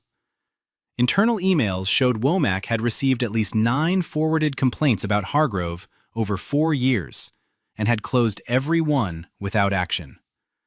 Fontaine had signed off on Hargrove's forfeiture paperwork dozens of times, without once questioning the absence of corresponding charges. Neither man had been careless. They had been deliberate. and the federal government intended to prove it. The trial began on a Tuesday in a federal courtroom 40 miles from Crestwood. Hargrove's defense attorney opened with a simple argument. His client was a veteran officer who followed his training, trusted his instincts, and made judgment calls the way officers did every day. He called it experience. He asked the jury to consider the pressures of the job. The prosecution responded by pressing play. The body camera footage from the Lamborghini stop ran first. The jury watched from Hargrove's own perspective as he fabricated a marijuana claim, emptied a purse across the hood, scattered prescription medication across a back seat, and told a woman standing against her own car that people like her didn't come by vehicles like this.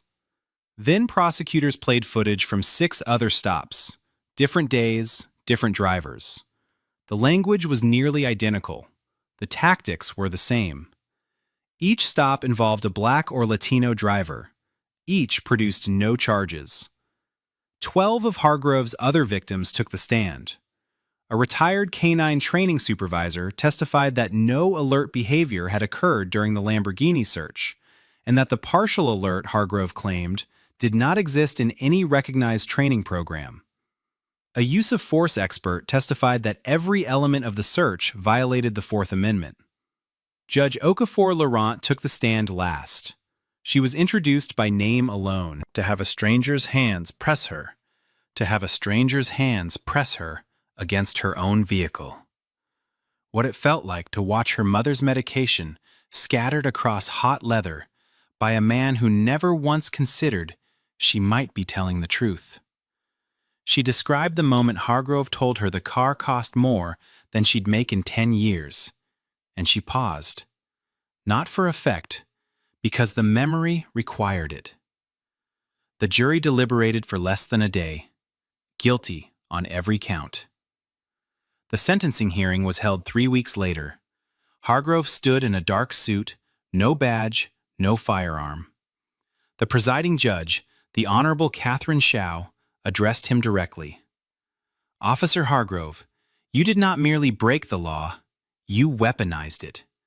You used the authority entrusted to you to target, humiliate, and rob citizens of their constitutional rights based on the color of their skin. You did this repeatedly, systematically, and without remorse.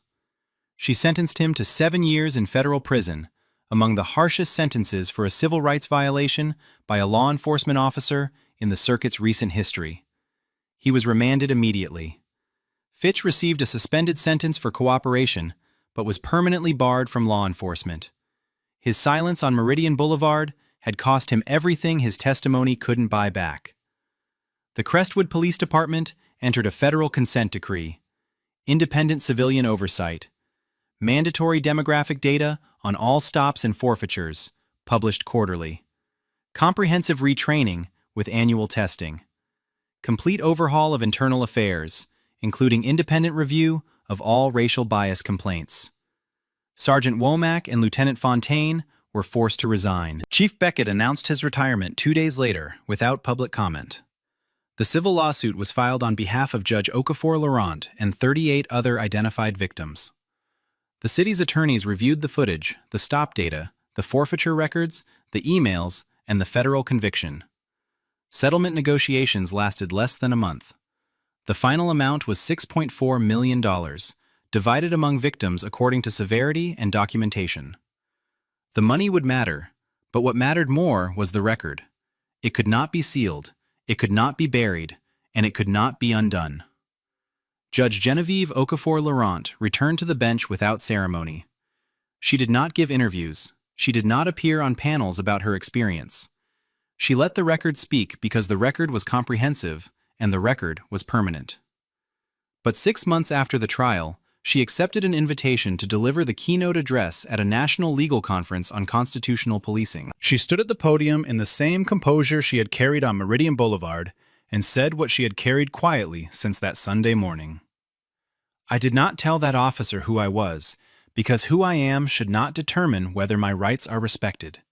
The Constitution does not have a VIP lane. The room was silent for a long moment before the applause began.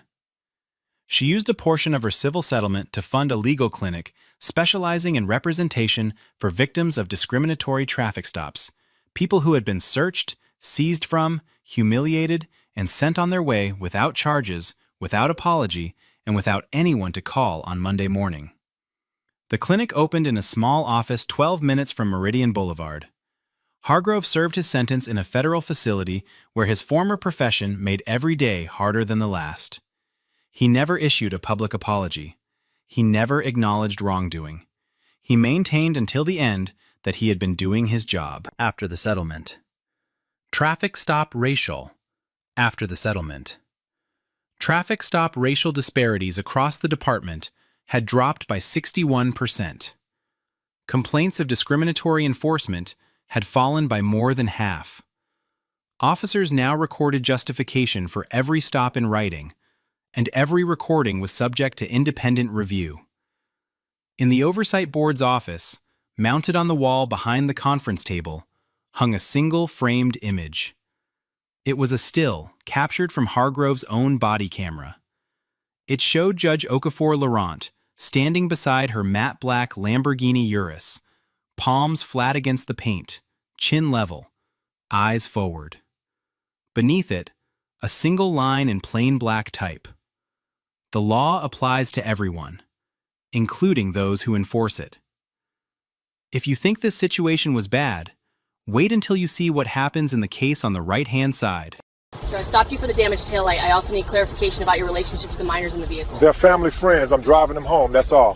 One of them said you're not his father. They're scared, sitting in silence while you're ordering them to stay quiet. You playing with fire, deputy. You don't understand. At 11:47 p.m. on a dark stretch of Highway 9 outside Crestfield, Georgia, a 29-year-old patrol deputy named Vanessa Cordero activated her lights behind a black Lincoln Continental drifting between lanes with a broken taillight.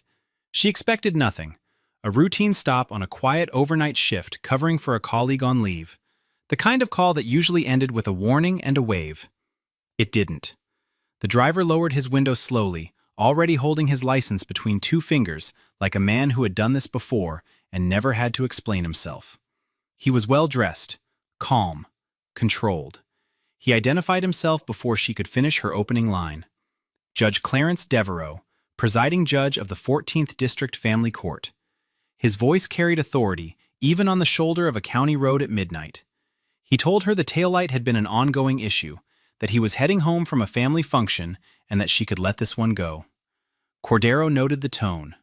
Not a request, an instruction. She kept her flashlight steady and moved it past the driver's seat toward the back of the vehicle. 4 children sat in the back, ages roughly 6 to 11. None of them moved. None of them spoke. Their eyes stayed low, fixed on their laps or the seat in front of them. One of them, a small girl in the rear passenger seat, was trembling visibly. Her hands were pressed flat between her knees. Cordero's training told her to note the detail and continue the stop. She did. She asked for registration.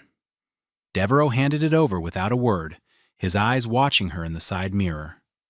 She stepped back toward her cruiser, Bodycam recording, flashlight beam cutting across the dark interior of the Lincoln one more time. That was when a boy sitting behind the driver's seat turned his head slowly and looked directly into the lens mounted on her chest. His lips barely moved. That's not my dad. Judge Clarence Devereaux was 58 years old and had spent 22 of those years on the bench of the 14th District Family Court in Crestfield, Georgia. He was not just a judge in that town. He was an institution. His name appeared on the donor walls of 3 local nonprofits. He gave the keynote address at the county's annual Foster Care Appreciation Dinner every year for over a decade. He had been profiled twice by the Crestfield Herald as a pillar of justice and compassion, a man who had dedicated his career to protecting the most vulnerable children in the system. He ran a mentorship program for youth aging out of foster care, personally selecting participants and meeting with them regularly in his chambers. Local attorneys spoke about him with a mix of respect and caution.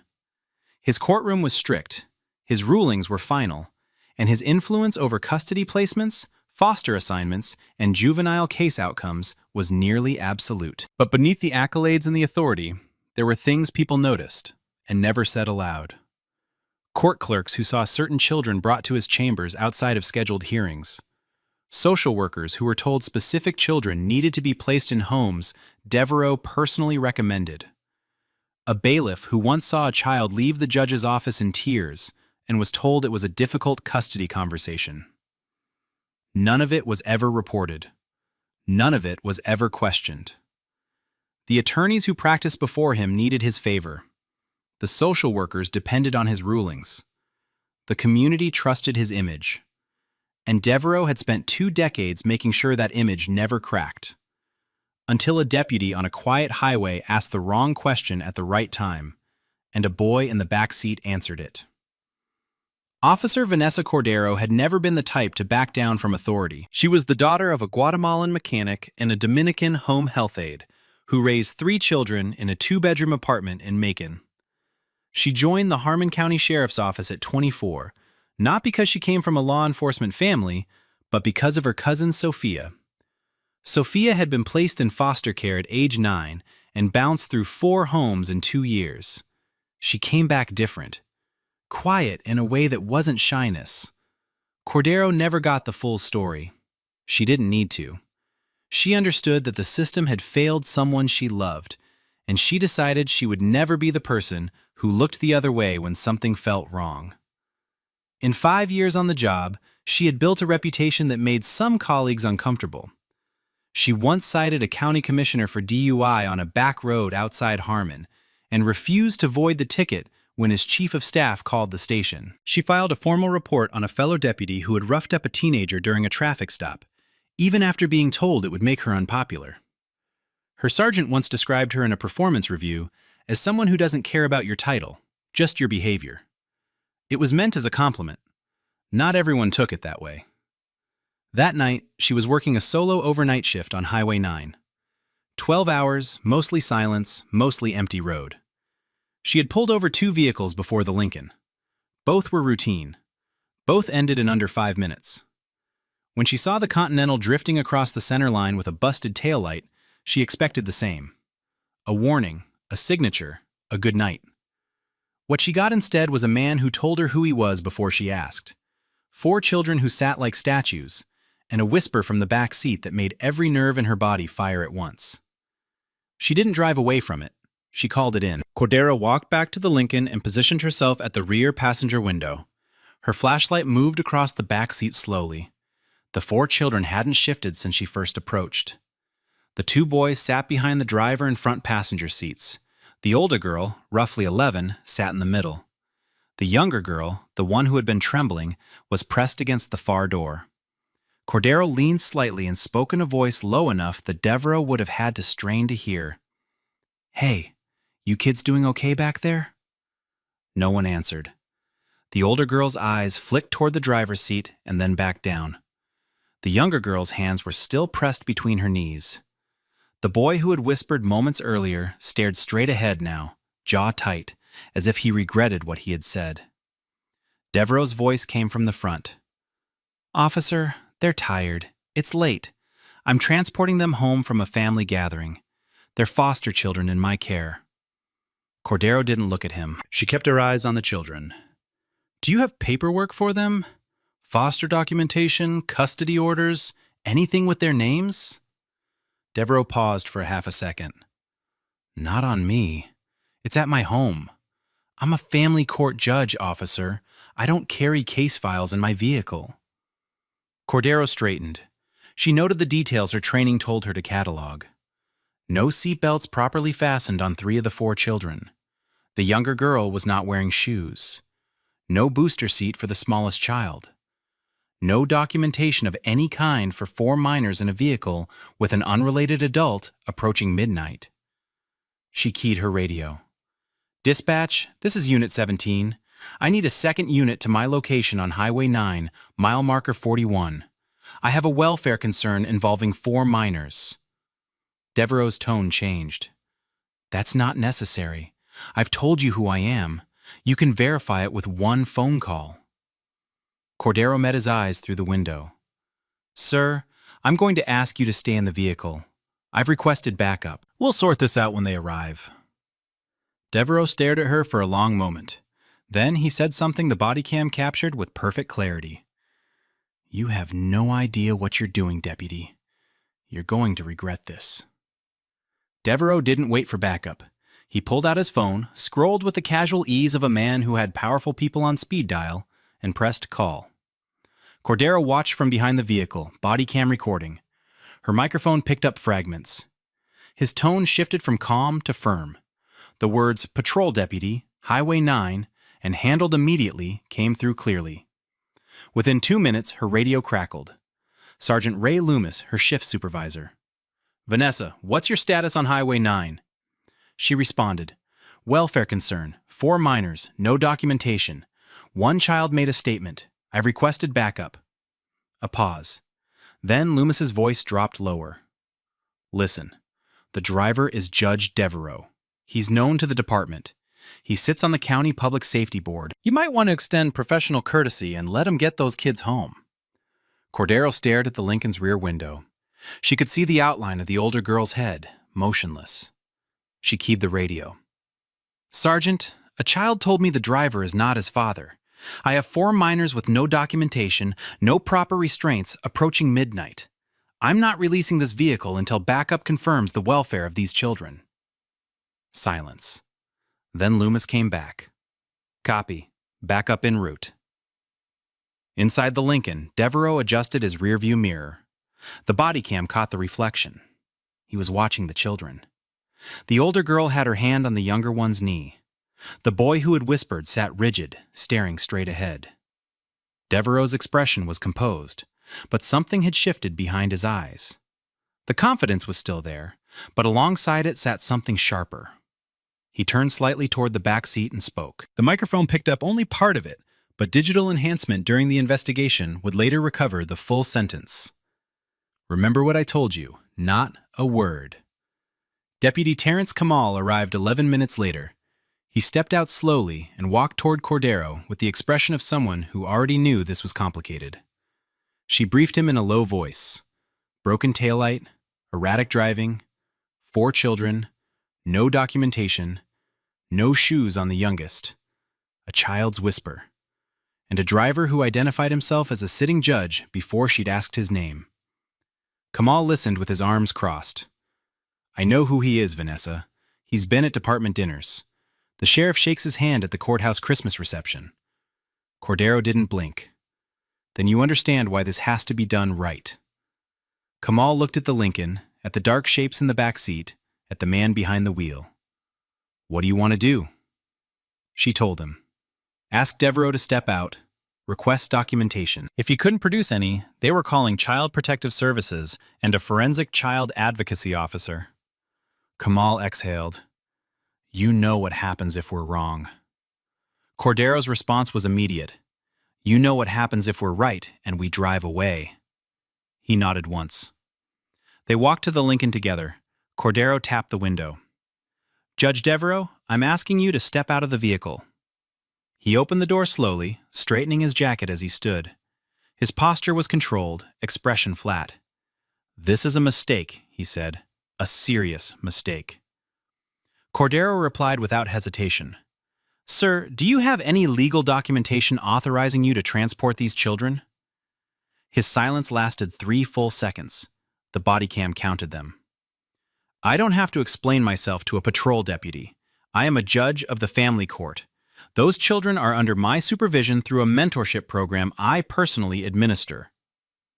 Cordero asked one more time. "Paperwork? Names? Case numbers?" He had nothing. Cordero called Child Protective Services at 12:23 a.m. A forensic child advocacy officer named Imani Sutton arrived at the Harmon County Fire Station 40 minutes later. The children were transported separately from Devereaux and brought inside one at a time. Sutton was trained for this. Soft voice, open posture, no uniforms in the room. She started with the boy who had spoken on the highway. His name was Terrell. He was 8 years old.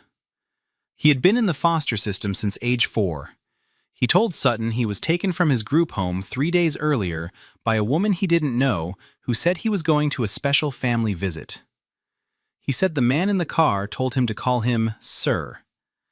He said they stayed in a house with no other adults. He said he didn't want to go back. Sutton moved to the oldest girl, 11 years old. Her name was Kiara. She didn't speak at first. She sat with her arms wrapped around herself, eyes on the floor. When Sutton asked if she had been to the man's house before, Kiara nodded slowly. How many times? Kiara held up 4 fingers. Sutton asked what happened there. Kiara used language that triggered mandatory reporting protocols immediately. A 6-year-old boy in the 3rd interview barely spoke at all. He flinched when a male firefighter walked past the open door. The 4th child, a 7-year-old girl named Amara, didn't answer questions directly. Sutton gave her crayons and paper. She drew a picture of a room with no windows and a large bed.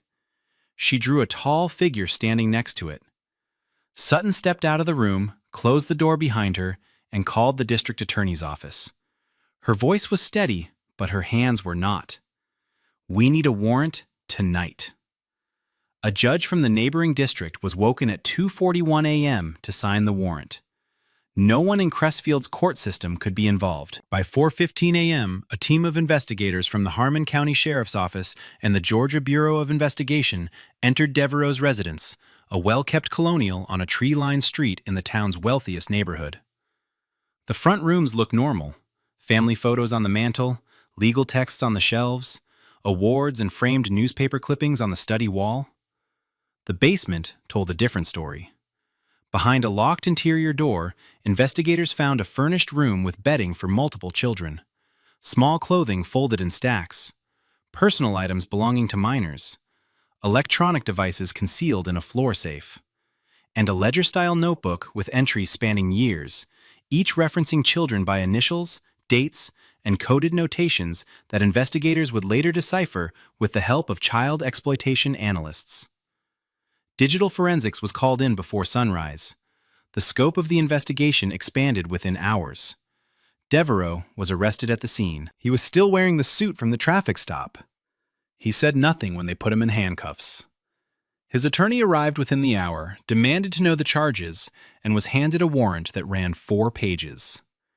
Outside, the first light of morning broke across Crestfield. Neighbors watched from behind curtains as a man they had admired for 2 decades was guided into the back of a federal vehicle. None of them spoke. None of them yet understood what had been happening inside that house. But the children did. And now, finally, someone had listened. The investigation into how Devereaux operated moved fast once investigators understood what they were looking at. He hadn't acted on impulse. He had built a system. As presiding judge of the 14th District Family Court, Devereaux had direct authority over custody placements, foster assignments, and juvenile case outcomes. For over a decade, he had used that power to position himself as the final word on where vulnerable children ended up. He cultivated relationships with specific social workers who processed his recommendations without question. He maintained ties to 2 group home administrators who flagged children with no stable family connections, the ones least likely to be missed or believed. His mentorship program, celebrated publicly as a model of judicial compassion, served as the pipeline. Children selected for the program were brought to his chambers for meetings that no one supervised.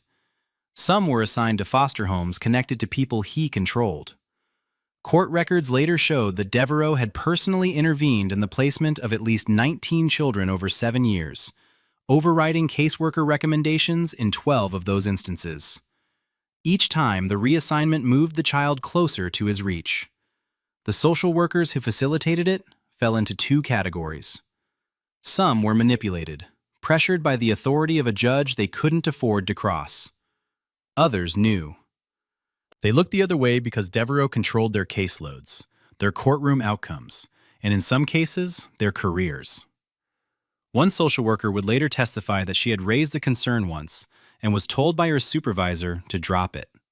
The supervisor's explanation was brief. He's a judge. You're not. That was the end of it.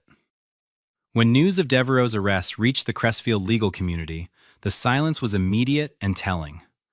Attorneys who had practiced before him for years offered no comment. 2 social workers connected to his cases were placed on administrative leave within 48 hours. The director of the county's Child Welfare Office submitted a resignation letter with no public explanation. A local journalist named Franklin Cobb, who had twice profiled Devereaux as a community hero, began receiving anonymous tips within days. Former court staff, foster parents, a retired bailiff who said he once saw a child leave the judge's chambers crying and was told not to ask about it. Cobb published his first investigative piece within 2 weeks. It detailed 3 formal complaints filed against Devereaux over the previous decade with the state's Judicial Conduct Board. All 3 had been dismissed after what the board described as preliminary review. One of the complainants was a foster mother named Gloria Vance. She had reported concerns about a child's behavior after visits connected to the mentorship program. She described nightmares, withdrawal, language that alarmed her. She was told she was being alarmist. 6 months later, her foster license was revoked on a paperwork technicality. She lost custody of 2 children she had been raising for 3 years. Vance told Cobb she had always believed the revocation was retaliation. Now, reading the charges against Devereaux, she was certain. The system didn't fail those children by accident, she said. It failed them because it protected him. When the article ran, the Judicial Conduct Board issued a statement announcing an internal review. By then, the FBI was already in Crestfield. The FBI and Department of Justice opened a joint federal investigation 9 days after the traffic stop. What began as a single incident on Highway 9 had expanded into something the U.S. Attorney's Office described internally as systemic and predatory. Federal agents seized Devereaux's electronic devices, court records, personal correspondence, and financial statements. Digital forensics uncovered encrypted files and communications with individuals in 2 neighboring states. Financial records showed a pattern of payments to the group home administrators who had funneled children into placements Devereaux controlled. The money was structured in small amounts, routed through a nonprofit Devereaux had established under the umbrella of his mentorship program. On paper, the funds were labeled as youth enrichment grants. In practice, they were payments for access. Federal prosecutors convened a grand jury within 3 weeks. The indictment, when it came, was 34 counts: trafficking, exploitation, conspiracy, obstruction of justice, wire fraud connected to the nonprofit, civil rights violations under color of law. 2 social workers and 1 group home administrator were named as co-conspirators. Devereaux was denied bail. His attorney, a high-profile defense lawyer from Atlanta, called it a rush to judgment driven by media pressure. The U.S. attorney held a brief press conference outside the federal courthouse. She stood behind a podium with no notes and spoke directly into the cameras. This office has investigated many cases involving abuse of power. This is among the most disturbing. A sitting judge used the institution designed to protect children as a tool to exploit them. We will pursue accountability at every level. Devereaux watched the press conference from a federal holding facility on a wall-mounted television. According to a corrections officer who was present, he showed no reaction. He sat with his hands folded, expression blank, staring at the screen as if watching someone else's life collapse. The federal trial began 4 months later and lasted 5 weeks. The courtroom was full every day. Prosecutors opened with the Bodycam footage from Highway 9. The jury watched in silence as the Lincoln Continental rolled to a stop on the dark shoulder. They heard Cordero's voice, calm and professional. They saw the children's faces illuminated briefly by her flashlight. And they heard the boys whisper, "That's not my dad." Several jurors looked down. One pressed a hand to her mouth. The prosecution then built its case methodically. Forensic evidence from the residents, testimony from child psychologists who had evaluated the victims, digital evidence extracted from encrypted files, financial records mapping payments to co-conspirators, and the testimony of the children themselves, delivered via closed-circuit video so they would not have to face the man who had hurt them. 8 victims were identified in total, spanning 7 years. Each child had entered Devereaux's orbit through the family court system he controlled. Each had been selected for his mentorship program. Each had been placed in homes or facilities connected to people who answered to him. The defense attempted every available angle. They argued the children's testimony had been riven. The judge ruled the broken taillight and erratic driving provided clear, probable cause. They argued the children's testimony had been coached. Prosecution experts dismantled the claim, with forensic interview recordings showing open-ended, non-leading questioning. They claimed the digital evidence was circumstantial. Federal analysts walked the jury through file structures, timestamps, and encryption methods that proved deliberate concealment. A cooperating social worker took the stand and described in detail how Devereaux selected children and how she was too afraid of his power to refuse. Her voice broke once. She did not ask for sympathy. The jury gave her none. The jury deliberated for 1 day. Guilty on all 34 counts. The courtroom was still when the verdict was read.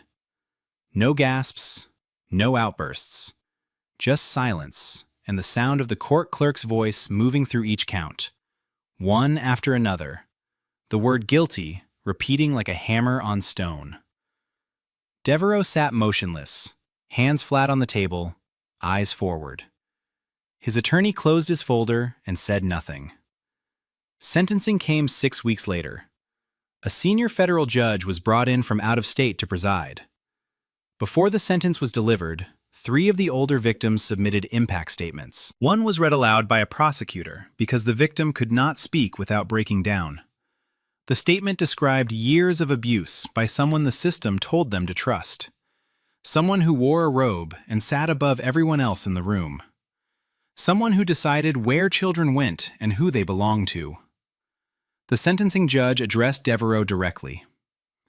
You were entrusted with the most sacred responsibility the legal system can offer, the protection of children who had no one else to speak for them. You weaponized that trust. You used the institution designed to shield the most vulnerable members of this society as your personal instrument of predation. There is no sentence this court can impose that fully accounts for what you have taken from these children. Devereaux was sentenced to 67 years in federal prison with no possibility of parole. He showed no visible emotion. At 58 years old, the sentence was effectively life. He was led from the courtroom in shackles, past the families of victims, past the journalists, past the cameras. He did not look at anyone. The door closed behind him. His robe, his title, his reputation, his freedom. All of it gone. The fallout reshaped Crestfield from the inside out. The State Judicial Conduct Board was restructured after an independent audit revealed systemic failures in handling complaints against sitting judges. 3 board members resigned. New legislation was introduced requiring independent oversight of all family court placements and mandatory cross-referencing of judicial involvement in foster care assignments. The county's child welfare department was placed under state supervision for a minimum of 5 years.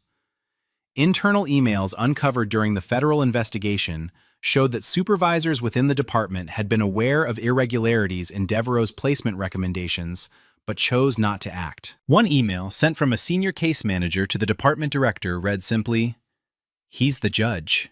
We don't question the judge." That email was cited in the governor's public statement calling for wholesale reform. The 2 cooperating social workers received reduced sentences. One was given 3 years. The other received probation and mandatory testimony in related proceedings. The group home administrator who had facilitated access to children was sentenced to 12 years. Gloria Vance, the foster mother whose license had been revoked after she raised concerns, was publicly reinstated. The state issued a formal apology. She regained custody of the 2 children she had lost and was invited to serve on the newly formed Civilian Oversight Panel for Child Welfare. Officer Vanessa Cordero was recognized by the State Attorney General's office for her actions during the traffic stop. She declined all media interviews. A single quote appeared in an internal department memo distributed to every sheriff's office in the state. "I just did what the training says. If something doesn't feel right, you don't drive away from it." The Bodycam footage from Highway 9 was viewed over 4 million times in the weeks following the trial. Legal analysts, child advocacy organizations, and law enforcement training programs dissected it frame by frame. But the moment everyone returned to was the same. A dark highway. A flashlight beam sweeping across the back seat of a Lincoln Continental. 4 children sitting in silence. And a boy who turned his head, looked into the camera mounted on a deputy's chest, and whispered 5 words that broke the case open. "That's not my dad." Without that whisper, Devereaux might still be on the bench. Without Cordero's refusal to defer to a powerful man's title, the children might still be in his reach. Without the body cam preserving the truth in a format that could not be denied, rewritten, or buried, the system that protected him might never have been forced to answer for what it allowed. The children are in protective care. They are receiving long-term psychological support. The boy who spoke has not been publicly identified, and will not be. He is reported to be doing well. His name will not appear in this story because he has already done the bravest thing anyone could ask of him. He spoke when silence was safer, and someone listened. This case was brutal, but the case on the right spirals completely out of control.